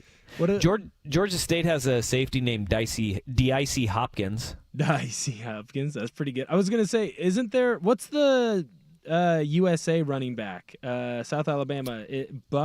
Boof? Something like that? I don't know. Hold on. I'll find it. He didn't make the list of top 25. He should have. Well, is he going to have a better name than Oklahoma State safety Willie Nelson? Nope. Not a chance. That's a great name. That's Not a great name. a chance. Georgia State safety Dicey Hopkins. Yeah. Oh, I've got it. What? Fluff Bothwell. Fluff Bothwell? The great Fluff Bothwell. He had 10 carries for 17 yards against LSU. Huh. See, pretty good name. Pretty good name. Yeah, but it's not like Hollywood Smothers or Turbo Richard. I want Turbo. Boston College has a running back, too. Running back named Turbo Richard. I wish that he was It's got to be Richard, lineman. right? I wish that he was like a 6'5", like 400-pound D lineman that wore like number 6 with a back plate that was way too small. Like, yes, this is Turbo Richards. Yeah, he's got a single-digit number, and you're just like, I don't know if that makes sense. Just way There is too fat. local flair on the top 25 names in college football. Tiger Shanks, offensive lineman, UNLV. He went to Lake Ridge, I believe. Tiger Shanks did. Wow, that's an interesting name because Tiger didn't shank until his accident. Yeah, that's true. That's true. Do you think he's named after Tiger Woods? Gotta be, right? Well, I mean, everyone's named Kobe now. There's so many Kobes. I teach a ton of Kobes for Hawkinson, Washington, or Ridgefield, Washington. Yeah. It's too many Kobes. Unfortunate name for Ohio offensive lineman Parker Titsworth. Perfect O-lineman name. Perfect O-lineman name. That's my favorite because I'm a child. You can't be a skinny guy named Parker Titsworth. You can't. You have to be an O or D lineman, and it's much better if you're an O lineman. Yeah. There's one that we're going to need. I have to go to the pronunciation guide for Purdue defensive linemen. I don't think we can get in trouble because it's his name. I know. But I'm going to you have to have, you got to go to the pronunciation guide and just make sure that we're on the up and up here. Is this because that would be an unfortunate, a very, very, and look, the Ducks go to West Lafayette October 18th. I mean, I'm going to have this one dialed in anyways. Yes. You don't want to mess that one up. Is this like the Boston Red Sox new starting pitcher, the great Richard Fitz type deal? My new favorite baseball player, by the way. Yes. Yeah. Is it a similar vein? Yeah, but that's his name. I feel like it's his name. It's beautiful. I feel like this one could be even more problematic. I have one thing on Twitter where I get automatic notifications, and it's any time that the great Richard Fitz pitches. Well, I get updated. That's what they had to do for the movie, Meet the Fockers, right? Yeah. They had to go and find somebody, and I believe it's a family in Canada with that last name. And so they were like, nope, it's real. Like, this is a real name. Cool. You can use it.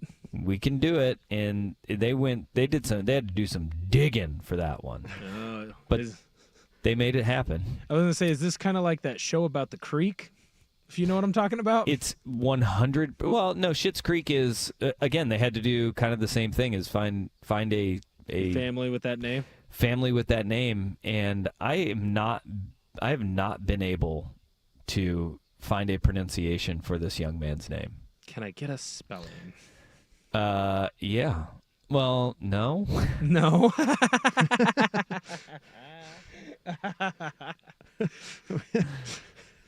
No.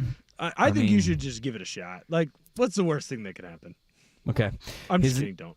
His name? No. It is.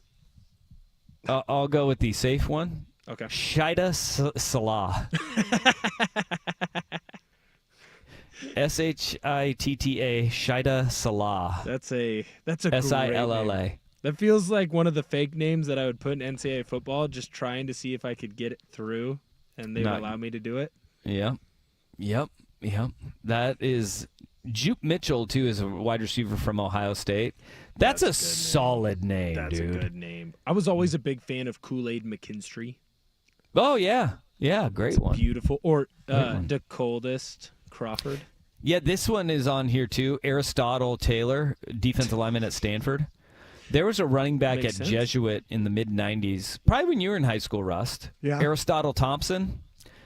And he ended up going and playing at Boise State. For a long time, he was coaching at Boise State, too. And I think he went to Cal Poly when Tim Walsh went down to take over Cal Poly. But Aristotle Thompson, I remember being a kid and just being like, that's a badass name. Right. And he is really good at football. It makes sense that Aristotle went to Stanford. I mean, known for being smart. You can't be dumb and have the name Aristotle. Oh, I think you could. No, you can't. It's like naming your kid Tank and then him being 5'6", 140. That can't happen. Aristotle Thompson, Jesuit High, pride of Jesuit High, running backs coach at Cal. Oh, nice. Smart guy school. Hey, you know what? He coaches with my good friend, Coach Winterhawk. Wait, what? I played with one of their O-line coaches down there at Central Washington, Winterhawk Layton, and he is down at Cal Berkeley. Like, First name is Winterhawk? Coach Hawk, yeah. Were they big, like, Portland Winterhawk fans? Did they? Well, he's Native American. Oh, all right. Well, there you go. He was born up. He went to Ferndale High School, prior to Ferndale. All right. And I recruited Winterhawk, and I stayed at Central so long. He was my O-line coach my last year at Central. I was the guy who got him to commit to Central, and then he became my coach. Oh, no. Will. He had a back injury. I had a COVID year. It was an early retirement situation. Oh, my gosh, buddy. That's one heck of a... That's a journey that you went on there. It's really weird talking to your buddy and having to be like, yes, sir, no, sir. And then being like, hey, we meeting up for tacos later. Yeah, tacos. I bet that's what you guys are meeting up for. We were O-linemen. What'd you expect from us? Yeah, come on. Taco Tuesday. You know that you guys were pounding beers together, too. Well, don't tell me. Come on. Don't tell me that you weren't doing that. I know this game. I know how it goes there, buddy. All right, so those are top 25 names in all of college football. Best day on the web. And look, you didn't take any of them to task, and I'm proud of you for that. Now you need to do the right thing, names. And you need to go and make sure that the man, the myth, the legend, Merton Hanks, has a little respect to his name. I will not. That name is stupid. All right. Some potential landing spots for Devontae like Adams. Your kid Earl. Earl? Earl. That's an old man name. Great name.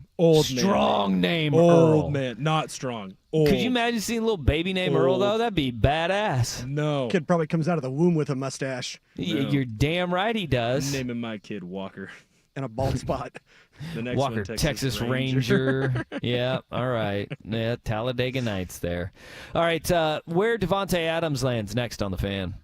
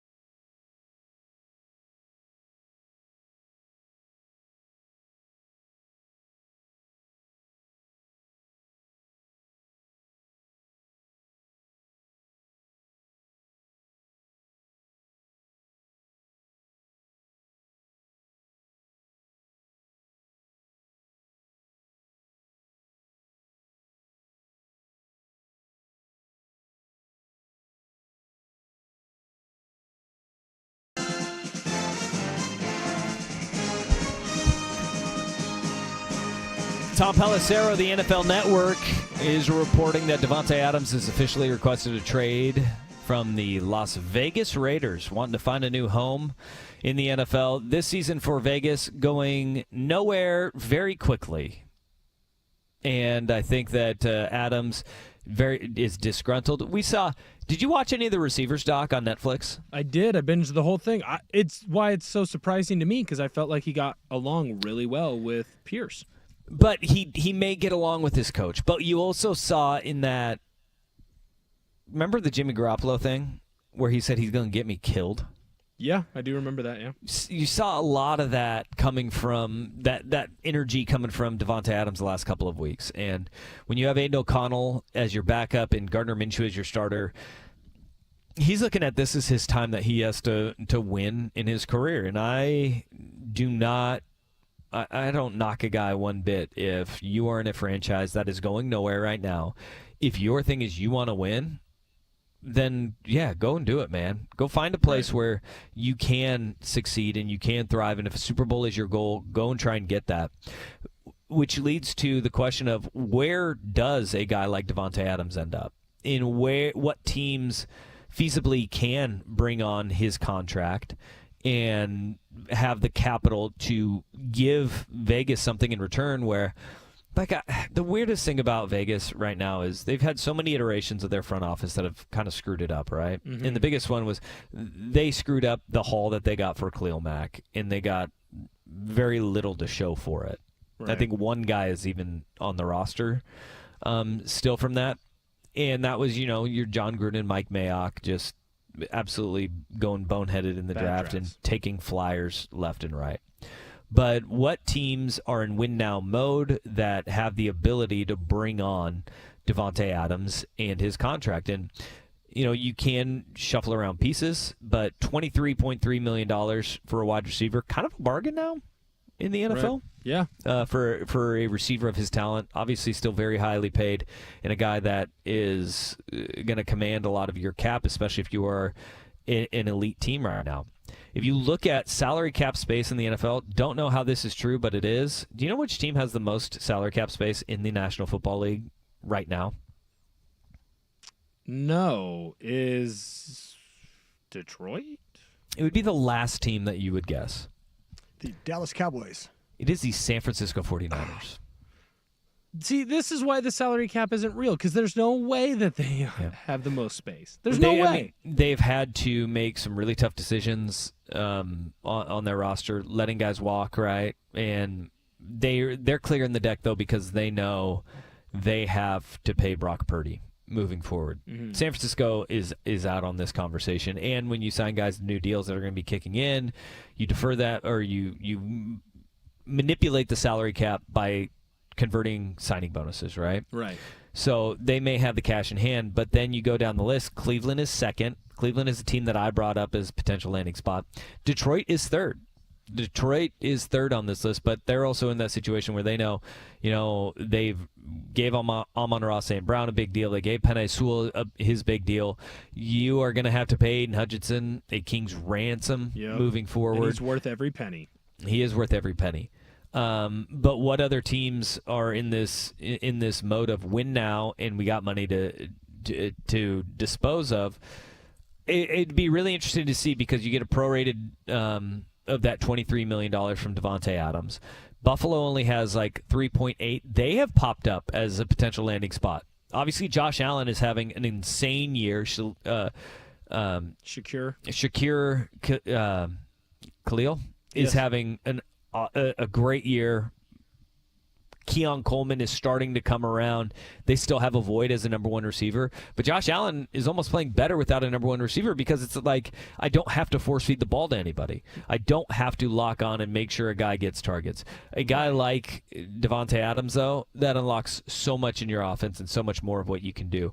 I wouldn't be surprised if Buffalo is a player in this, and their name has popped up. I feel like Buffalo would maybe stay away, though, because yes, I understand that he opens up a lot of stuff for them, but don't you think that could hurt the growth of a Keon Coleman? Because it feels to me like Keon is starting to at least emerge in he's getting deep throw targets. Yep. Now, he might not be converting on them as much this year, but he is. And what they're doing a lot, especially with Brady now taking over as that OC, they're running the football a lot more. And I think that's opening up the pass game, because the issue in the past with those Buffalo Bills teams, other than having to force feed Stephon Diggs or he'd throw a temper tantrum, was that they had no running game despite having that gigantic offensive line. You're letting the O-line kind of now go downhill, and you're opening up your pass through the run game. So I'd be worried about killing that. I don't think you will, though. You have a potential out with Devontae Adams after this season, so it could be your one-year rental at a prorated version. If it doesn't work out, it's in the short term. You can get to Keon Coleman and continue his growth and development, but if you have a window that's open, you got to attack that window and say, all right, now is the time. I think the Jets are a kind of the no-brainer that's kind of popped up, but does that fit with Devontae Adams? Because they're not a team that's going to win right now.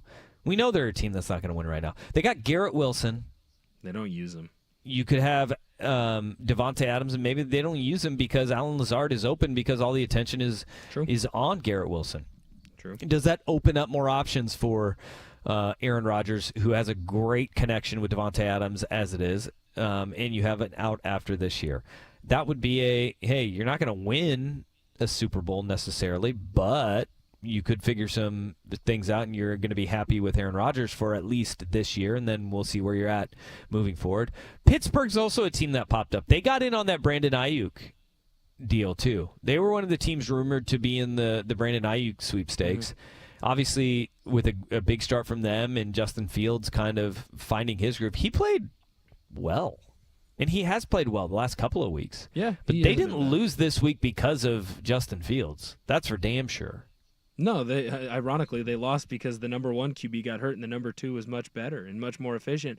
I want to go back to San Francisco, though, because the more that we talk about it, especially with it, the ability to get out of Adams' contract after 1 year, why wouldn't they go and take a stab at him? Because right now Debo's been hurt.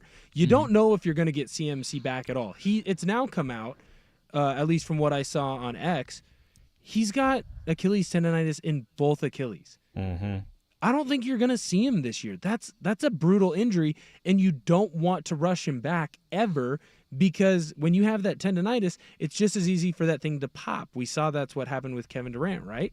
So for me, if it's a 1-year rental, why wouldn't San Francisco go and try and make the play for him? Ayuk's been underperforming. You got to think that he'll eventually figure it out because, he's playing through missing training camp and all that stuff. But if you can go and win now, because this team is going to lose some of these big-name pay guys, why not go and take a shot at the rental?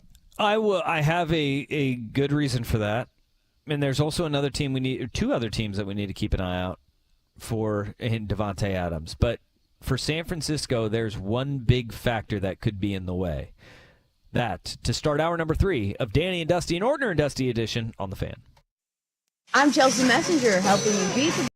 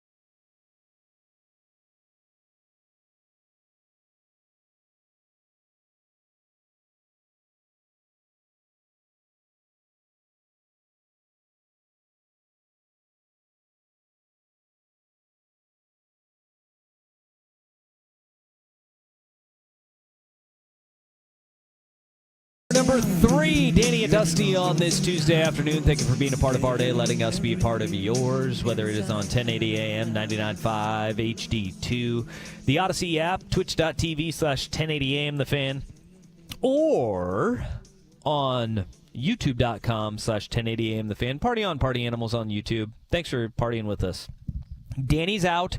He is at Trailblazers training camp. They've got that thing going, and they're opening it up to the media. Danny's going to be back tomorrow. We'll dive in to a little bit of Blazers and get some of the rumblings and musings of day one of training camp tomorrow, as well as a bunch of NFL stuff as well. But Will Ortner partying with me today and yesterday as well. Thanks, dude. Yeah, party on, Win. Thanks for having me, man. I appreciate it. You mentioned this. Why wouldn't San Francisco go after Davante Adams? Right. And I think they should. They should. Right now, the asking price is reported to be around a second-round pick for Davante Adams.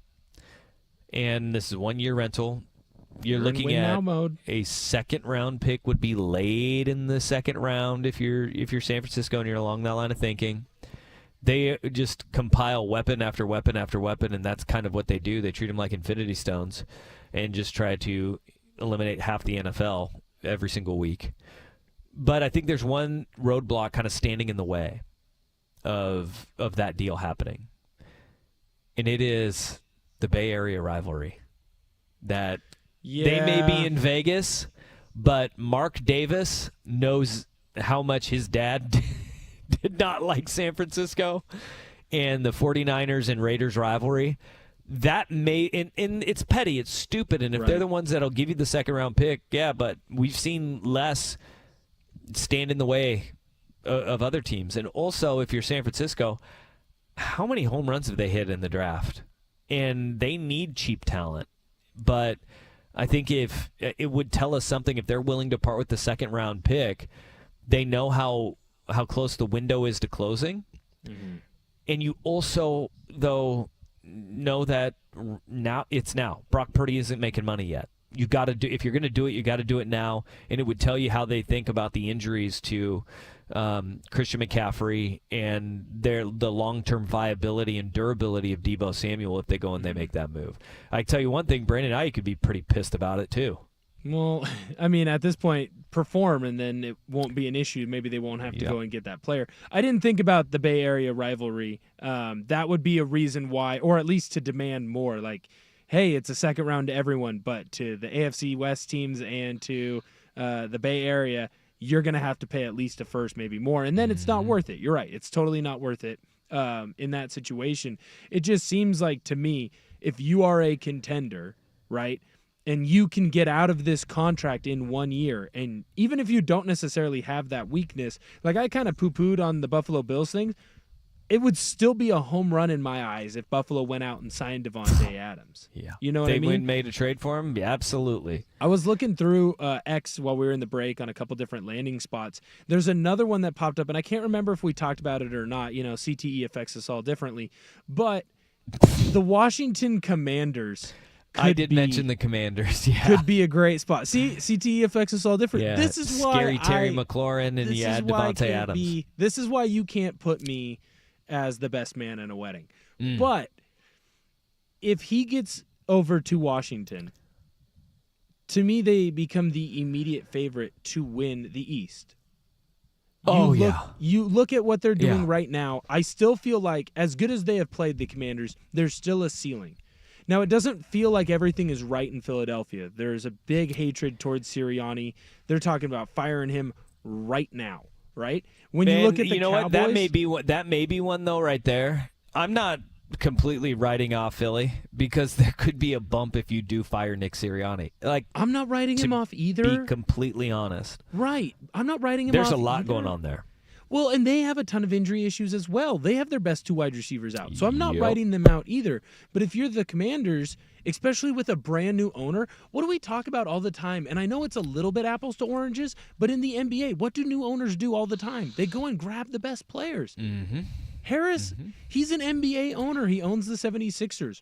Why couldn't he just say, I'm going to throw a bunch of money at this problem? I have a quarterback. We got lucky. I trusted my football people, and they picked the right quarterback. Lucky might not be the best word, right? But they hit on a quarterback, and they hit now. It's very clear that he is a star as long as he can stay healthy and continue to progress at the way that Daniels has played.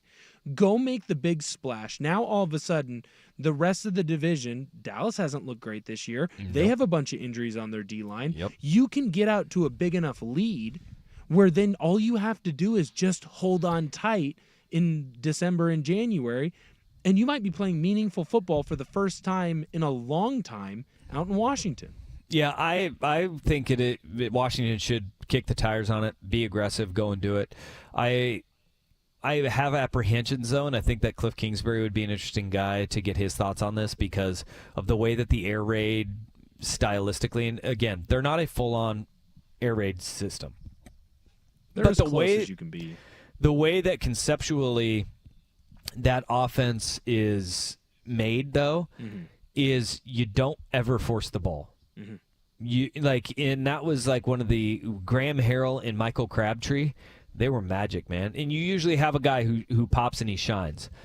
But you don't want to have Jaden Daniels start out as efficient and effective as he has with, outside of McLaurin, a bunch of guys that, they're replacement level guys, but they're all really damn smart. Right. And when they have those guys that make the right reads, and on any given play when you run air raid style, it is within our first 3 steps. We know exactly what we're going to do. It's very West Coasty offense in that. And you're going to have some catch up for Davante Adams, but you don't want Jaden Daniels to feel like he needs to force the ball to him. And that's why I think that would be the big one is Cliff Kingsbury on board. I'm sure he'd be like, hell yeah, better players make us better as a team, right? Right. That would be interesting. But would Davante Adams want to do that knowing that, you could win the NFC East? That's great. Do you want a Super Bowl, though? Is that what is making you disgruntled in Las Vegas? And if this is a one-year rental, is that a spot that you would like to go to? California guy, right? That's why I think both LA teams are also intriguing in this.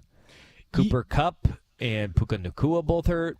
Matthew Stafford could need a guy. They don't have a bunch of cap room, but it'd be a prorated. If you get it for a one-year rental, you keep your window open with Stafford to kind of be effective. Their whole offensive line is banged up, though. They got bigger question marks than just that. Right. But if he wants to be in California, stay on the West Coast, either one of the LA teams, because right now Justin Herbert threw his helmet on the bench, which is wildly uncharacteristic for him. Right.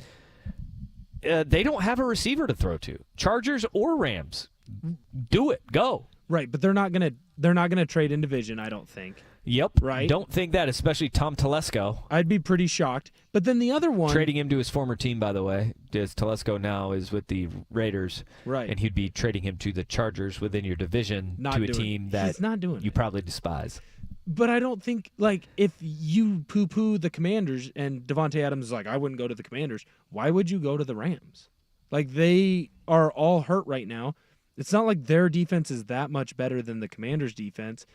Yeah, you have Stafford, but your offensive line is banged up. The dude is running for his life. He's at the end, of his career. Mm-hmm. So if I'm Davante Adams, there doesn't feel like a great fit, aside from San Francisco, because they put him where he could get the ball a bunch, and they could. Everything's a great fit, right? Everywhere else, there's always going to be a reason to knock it. So I think we're going to truly see where his thought process is, because he feels like he cares about his legacy, right? He cares about winning. He got his money. That was his big complaint in Green Bay. And now he cares about his legacy. He wants to be a Super Bowl winning wide receiver, right? That's the last little mantelpiece he can knock off before he goes to Canton, which he will. He's been that good of a wide receiver. I think we're going to truly find out if he means that, because we've heard people talk about, I want to go to a winner, and then they take the most money and they end up in Carolina for the Panthers and they don't do anything. So we're truly going to find out in this trade, because I think he's going to have more say than most people might get when they demand a trade like this in the middle of the season on where he ends up.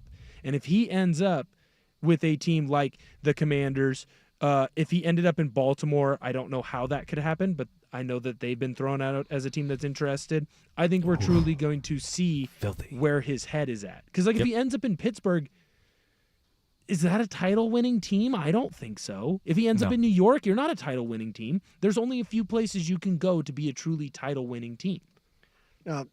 Probably won't get traded in division, but and I don't know what the situation is there, but what about the Chiefs?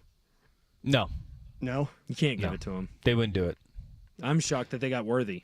They wouldn't do it. The Chiefs need to kick. They need to say, yeah, you take our second-round pick. Do it. Go. But why would the Raiders do it?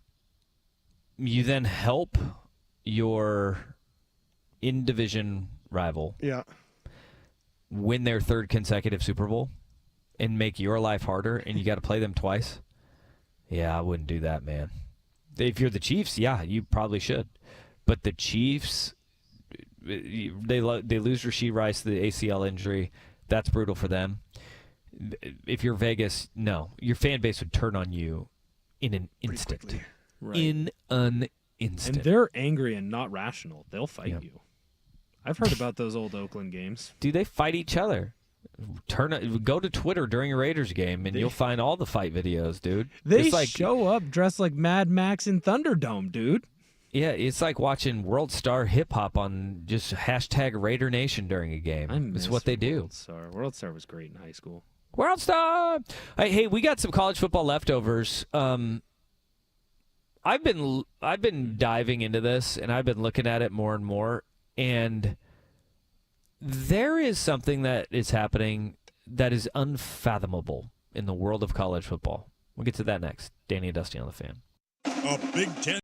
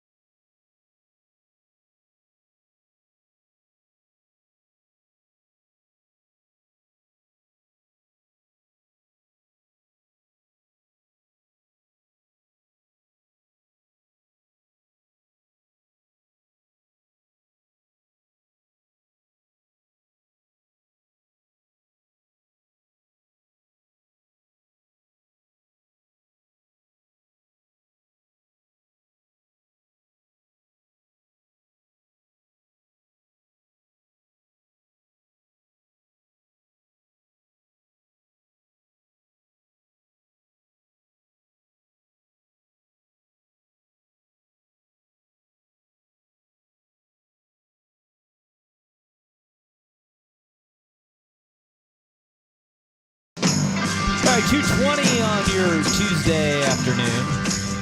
You know, Russ, this is a great song.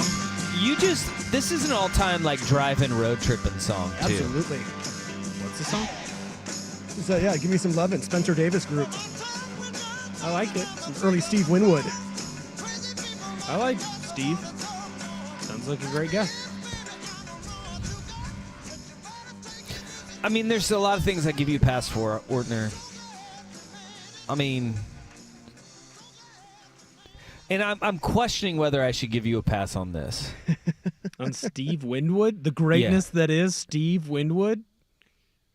I'm sure I've heard the song before. I liked it. I'm pro that song. Yeah. That was not the Merlin Hanks of songs, or Merton Hanks, whatever his stupid name is. Okay, let's get one thing clear here. It is Steve Winwood. Yeah, that's what I said. Yeah. You said wind. I heard a hard D in there. You caught on to that one, did you? I did catch on to that one. You need to dive in. Homework assignment for you. Just dive in a little bit to the catalog of Steve Winwood for us. What Can else? you do that? What else is popular by the I feel like greatness that you'll is do Steve this. Winwood? When I was in college, I went to ZZ Top in concert. Yeah. That's a good And one. I was familiar with ZZ Top, but it got to the point where I went at the concert. I was like, "Oh, they sing this too? Oh, they sing this? Oh my gosh!" Like, it was embarrassing for me in that moment to be like, I had no idea that they had this many bangers for me. Leonard Skinnard had that effect for me last summer. So this last summer, like I always knew they had Sweet Home Alabama. Yeah, you know But I that you didn't- saw like a fifth of Skinner though, right? No, I never saw him. I just one day okay. I was. Do they actually have any of their original members left? I thought think they had one. I think a couple are still alive. Well, because I know there was a big plane crash. So the irony of it is one of my all-time favorite songs is Simple Man, but I had always heard the Shinedown version, and I was a big fan of the Shinedown version. And I was like, Simple Man, great song. And so I can't remember. I think my uncle got mad at me for being an idiot and being like, Simple Man's great. Shinedown. What do you mean Leonard Skinnard has a version of this? So then I went through last summer and was just like, well, I guess I'm going to listen to their catalog. And they had a bunch of songs that I didn't realize that they had sang. And the ones that I didn't even know existed, like Tuesday's Gone. Tuesday's Gone is a great song. Dude, I love Skinnard. When it's sunny, I'm going to listen to Skinnard on the drive home. Russ, you're right. I don't think that any of them are original anymore. Are they all dead? Yeah. Or have left the band? Yeah. Yeah. Dang. Is this like a Wolfgang Van Halen situation where now all the kids are in the band? Right. Yeah, Johnny Van Zant's in it, who is Ronnie Van Zant's kid, I believe. Right? The great, what's his character in Sopranos? I'm drawing a blank too. Ronnie's brother is Johnny Van Zant. Line. Yeah. Wait, no, Stevie Van Zandt No, is Johnny. the Sopranos guy. Yeah, the Oh, Van Stevie. Oh, so I just heard Van Zant, and I went, that's Yeah. the Sopranos guy. That's the From number Sopranos, 2 to and Tony. He's in the E Street Band. Oh, see, Springsteen. I knew he was in a band, and so when I heard Van Zant, I just went, oh, that's the Sopranos guy. I did not realize that there were multiple Van Zants, No, unlike Merton. there's a lot of them, man. It's actually a pretty common last name. Van Zant? Yeah. Is this like there were I know multiple two Van of them. Zants on the Yeah. Mayflower? Okay. Anywho's, great song there. Great song. Yeah. I like that in the rotator. All right. Silvio. I'm going to save you. I'm going to save you from yourself, Ortner, and save us all, to be quite honest. And we're going to go to college football again. We talked about Ashton Genty yesterday. The greatness that is. Dude, he is unfriggin' believable. So he had an unreal game this past weekend. Boy, by the way, and we need to keep reiterating it, the Oregon close win over Boise looks better and better with like every week that passes. Yes, it because does. of what Ashton Jeanty is doing to teams left and right, and their offensive line doesn't get nearly enough credit for as good as they are because of the fact that it is Ashton Jeanty who is an absolute monster. But 26 carries for 259 yards and 4 touchdowns last week against Washington State. Unreal by Jeanty. Do you know what his season numbers are at this point? It's 845, 13 touchdowns, and everyone on 82 carries. So he's averaging 10 yards a carry, a little bit over. And the part that's crazy is that everyone's like, wow, look at how great he's been through 4 weeks. He really hasn't played 4 weeks. He's played 3.5 because they pulled him against Portland State when he only had 100 yards on like 12 carries. He didn't even have a touchdown in that game. Portland State is the Ashton Jeanty stopper. Okay, Ashton Jeanty has 82 carries, as you just said. He is the leading rusher in the country. Directly behind him is Iowa running back Caleb Johnson, who also has 82 carries. Where Jeanty has 845 yards, Caleb Johnson at 8.35 yards per carry has only 685. He's averaging he's 8.35. It's 8 yards a carry, and he's nearly 200 yards behind Ashton Jeanty. Okay? And he's a good running back. He's really good. Kyle Monagai from Rutgers, 97 carries, 589 yards, averaging 6 yards a carry. Very good.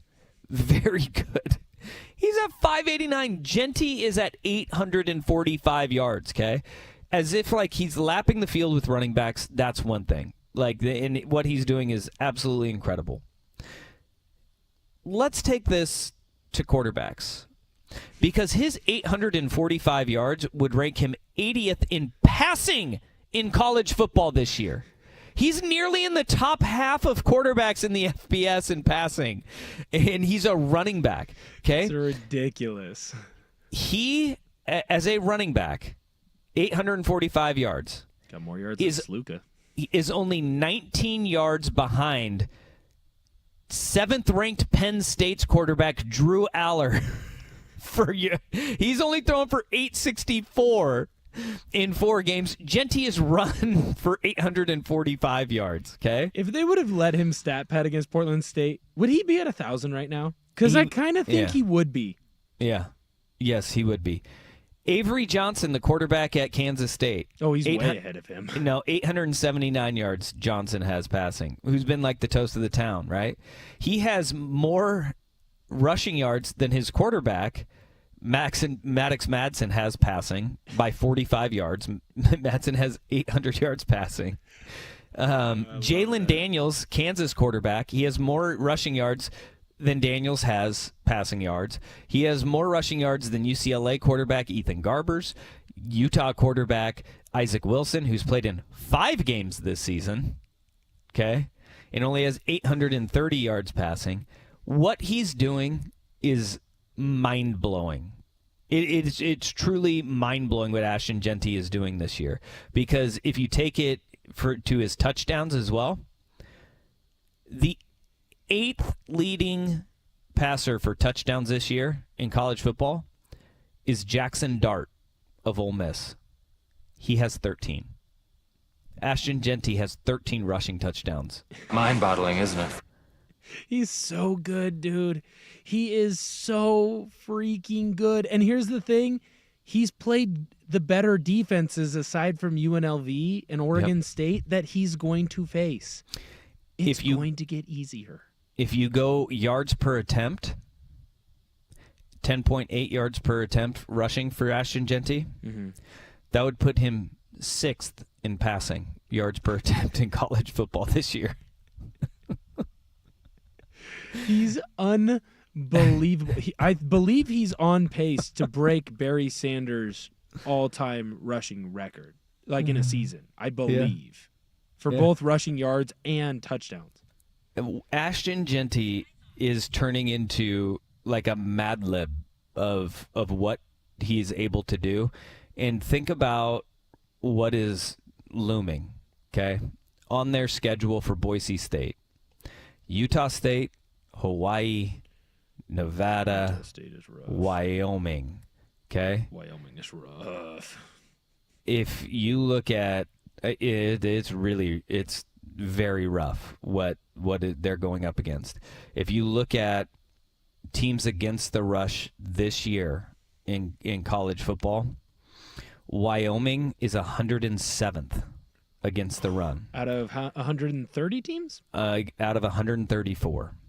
Utah State is 115th against the rush this season. Those two teams are still on the schedule. He also has San Diego State on the schedule. They got ran on by Oregon State. 104th nationally in rush defense this season. He's got Oregon State on the schedule. 95th against the rush this season. San Jose State, 85th against the rush. They haven't played Ashton Jeanty yet. They're gonna. And I cringe. Hawaii is actually pretty good. They're 57th nationally against the run. When you watch him play, it's like watching the dad who takes the turkey bowl way too serious when he's playing the 4th and 5th grade boys. Yeah. He's faster than everyone. He's stronger than everyone. He has better vision than everyone. Yep. He is unbelievable right now. And look, I know a lot of people, I don't have a Heisman vote, shocker. I know a lot of people would say that it's Travis Hunter or after the last performance, Jalen Milroe, and I can't knock people for saying that. To me, it's what Jeanty's doing.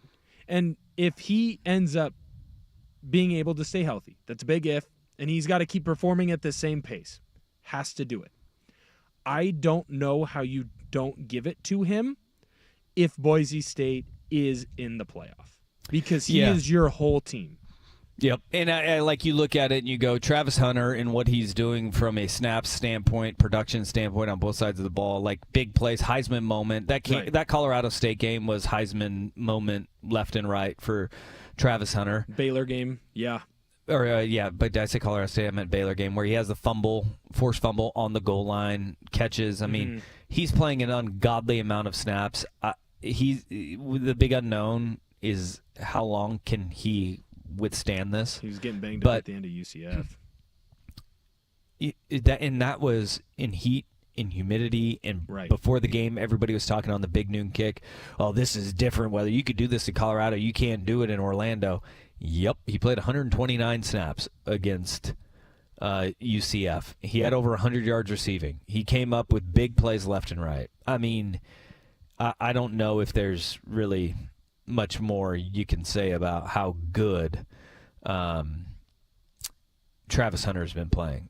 And what may honestly, and it's totally unfair to him, what may hurt him is the negative reactions to Deion Sanders and the way he handles things. And look, if they keep winning, then Travis Hunter is going to win the Heisman and should win the Heisman Trophy. There's a path. Now, I would personally, if everything continues to go the way it has been going, I personally, like I said, I would vote for Jeanty.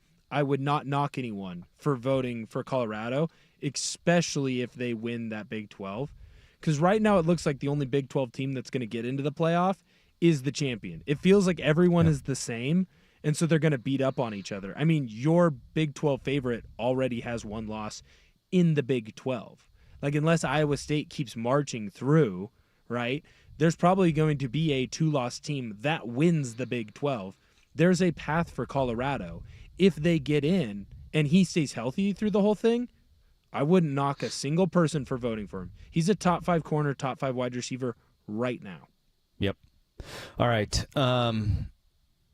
Let's stay in college football. I have some Big Ten notes we didn't get to yesterday because we got a little bit derailed. Because the Big Ten is super fun right now. We were talking too much about Bama holding off Georgia in an all-timer of a game. Well, all-timer of fourth quarter. That was a great finish. But we have some Big Ten whip around that we can do after Rust with SportsCenter. Now, from the Fan Sports Desk, a SportsCenter update on 1080 The Fan. First on The Fan, the MLB playoffs begin today. All 4 wild card series in action. We'll take you to Houston. It's the bottom of the 9th. The Tigers lead the Astros 3-1. But there's 2 outs, bases loaded, and Jason Hayward is at the plate. Should this go the way the Astros want, that would make teams trailing by 3+ entering the 9th in the playoffs since 1990. That would give them just their second win in 540 tries. Elsewhere, it's the bottom of the 6th in Baltimore. The Royals lead the Orioles 1-0. Pac-12 announced this morning the addition of Gonzaga to the conference beginning in 2026. Pac-12 still needs to add one more full-time member to reach minimum conference thresholds. Back to baseball later on, 2:30 ESPN from Milwaukee. The Brewers hosting the Mets, and the nightcap is in San Diego. Padres hosting the Braves. That's 5:30 on ESPN. All-day coverage continuing right now on 910 ESPN Portland. In the NFL, Seahawks signing 42-year-old Jason Peters to their practice squad to help shore up their depleted offensive line.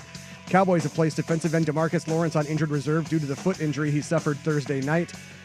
Bills linebacker Von Miller suspended 4 games for violating the league's personal conduct policy, and Ian Rappaport of NFL Network reporting Raiders receiver Devontae Adams has informed the team he wants to be traded. More sports scores and stories in 30 minutes. I'm Jeff Rush at the Fan Sports Desk.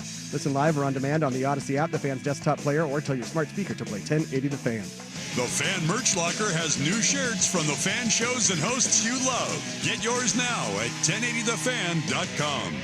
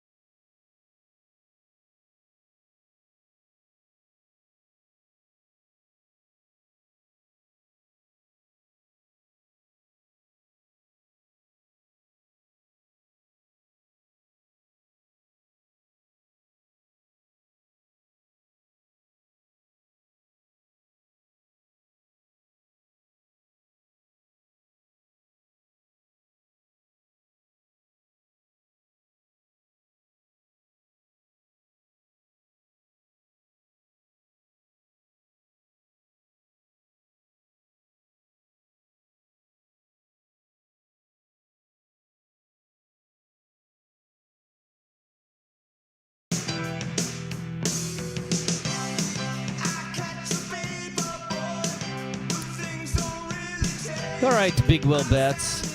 What's up?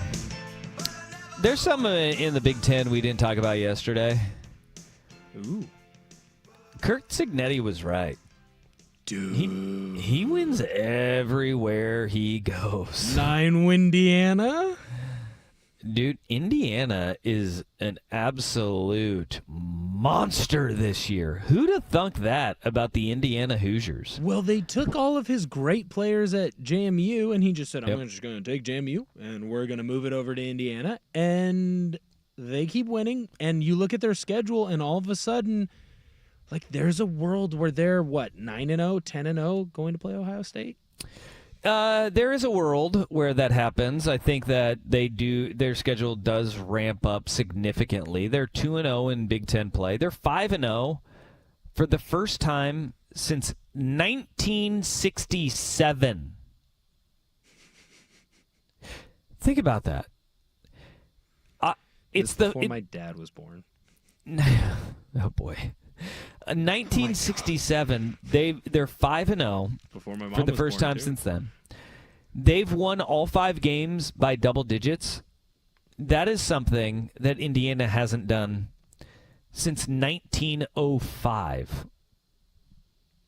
Winning 5, not just being 5-0, but winning those games by double digits. 1905. They play good defense. They run the football well.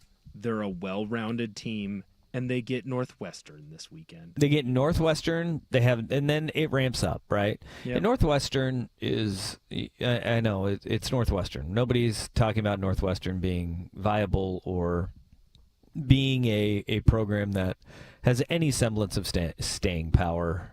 But it's not a bad program by any means. It's a cool relocated stadium for the time being. It sure is. Right on the water. They're 2-2. They're not a great team. And look, the schedule has broke their way to have this start. Right? Your first Big Ten game was against UCLA. We saw how bad UCLA is. But they beat them 42-13 in the Rose Bowl. Right, on the road. Big deal. They played Maryland at home, and it was driving rain, and he was asking fans to show up to the game. And then afterwards he said, you guys did show up, and you stayed the entire damn time, and now go celebrate and have a good time. He just basically told them, party your asses off, and then he said, but remember, go to class. Did you see, his initial email? Yeah. It's time to not study. It's time to not tailgate. It's time to not party. Show up to the game and then do the rest of it. It's beautiful. Yeah. I love that he's an insane person, that he's like, you know what I need to do? I need to send a 5-paragraph essay to these students to come to my football game. But you know what? That is what he's a culture builder. He's a culture builder, and you can see it. Some of these builder. What? Culture builder. He's but that's what all great coaches do, is they find a way to connect with their fan base and their players. And Indiana needs it more than any other program. He's not taking over Alabama like Kalen DeBoer, or hell, he's not taking over UW like Kalen DeBoer did, where they got a passionate fan base, and you know they're going to come to games, right? And if you produce, they will show up. Indiana is a laughingstock and a doormat of power conference teams. I mean, they are.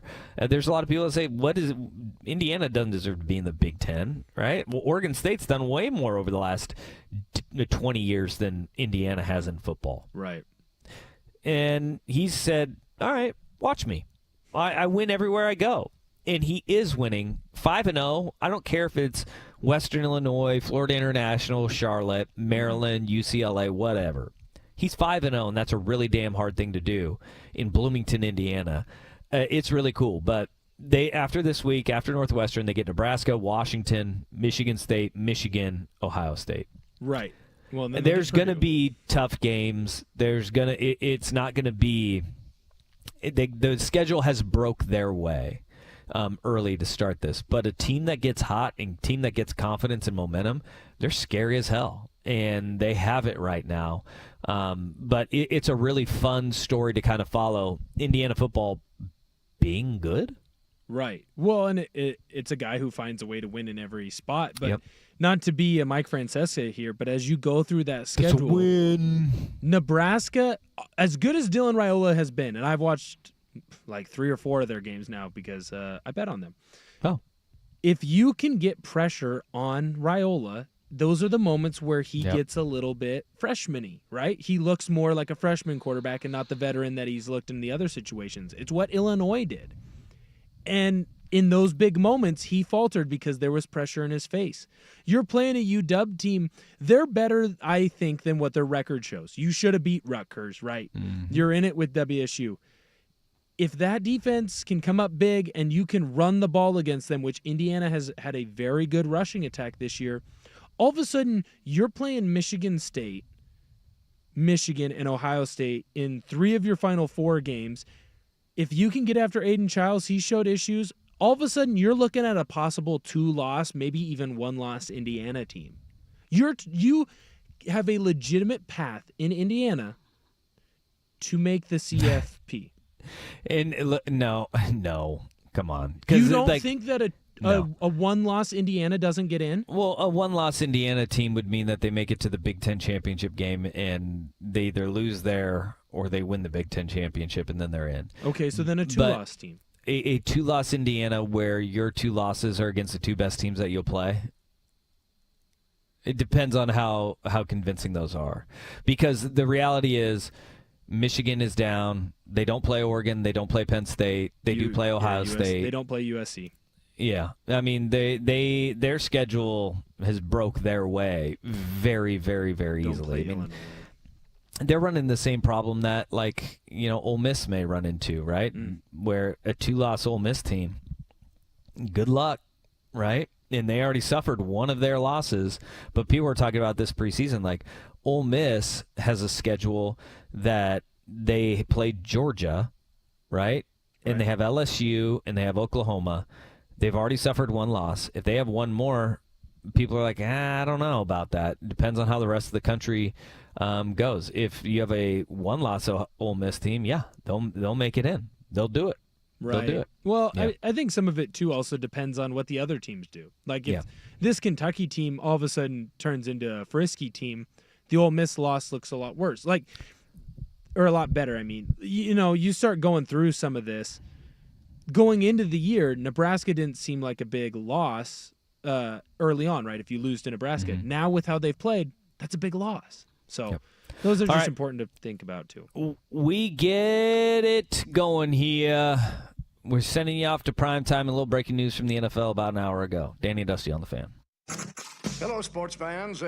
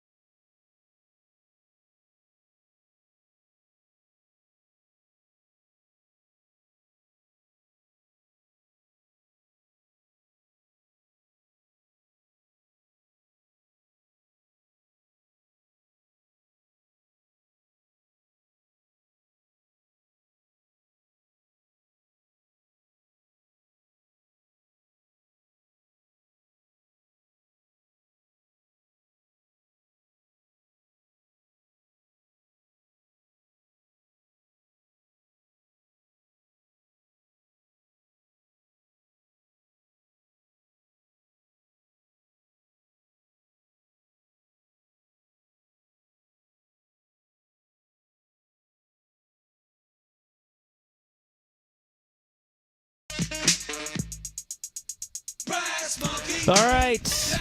We're putting a bow on this show today. I am down at Autzen Stadium hosting the show, as I do usually on Wednesdays, but this week with Oregon playing on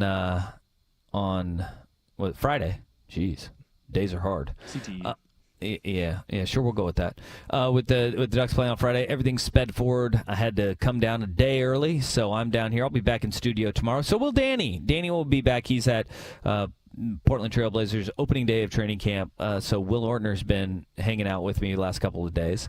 We had a little breaking news happen in the 1 o'clock hour that is pretty interesting. Von Miller suspended for 4 games without pay for violating the NFL's personal conduct policy. And I had forgotten about this a little bit. Actually, no, I didn't, but I'd forgotten that the NFL was still investigating him for this. Oh, this all comes back to the case from like a year ago or 2 years ago? Yeah, when he assaulted his then pregnant girlfriend in November of 2023.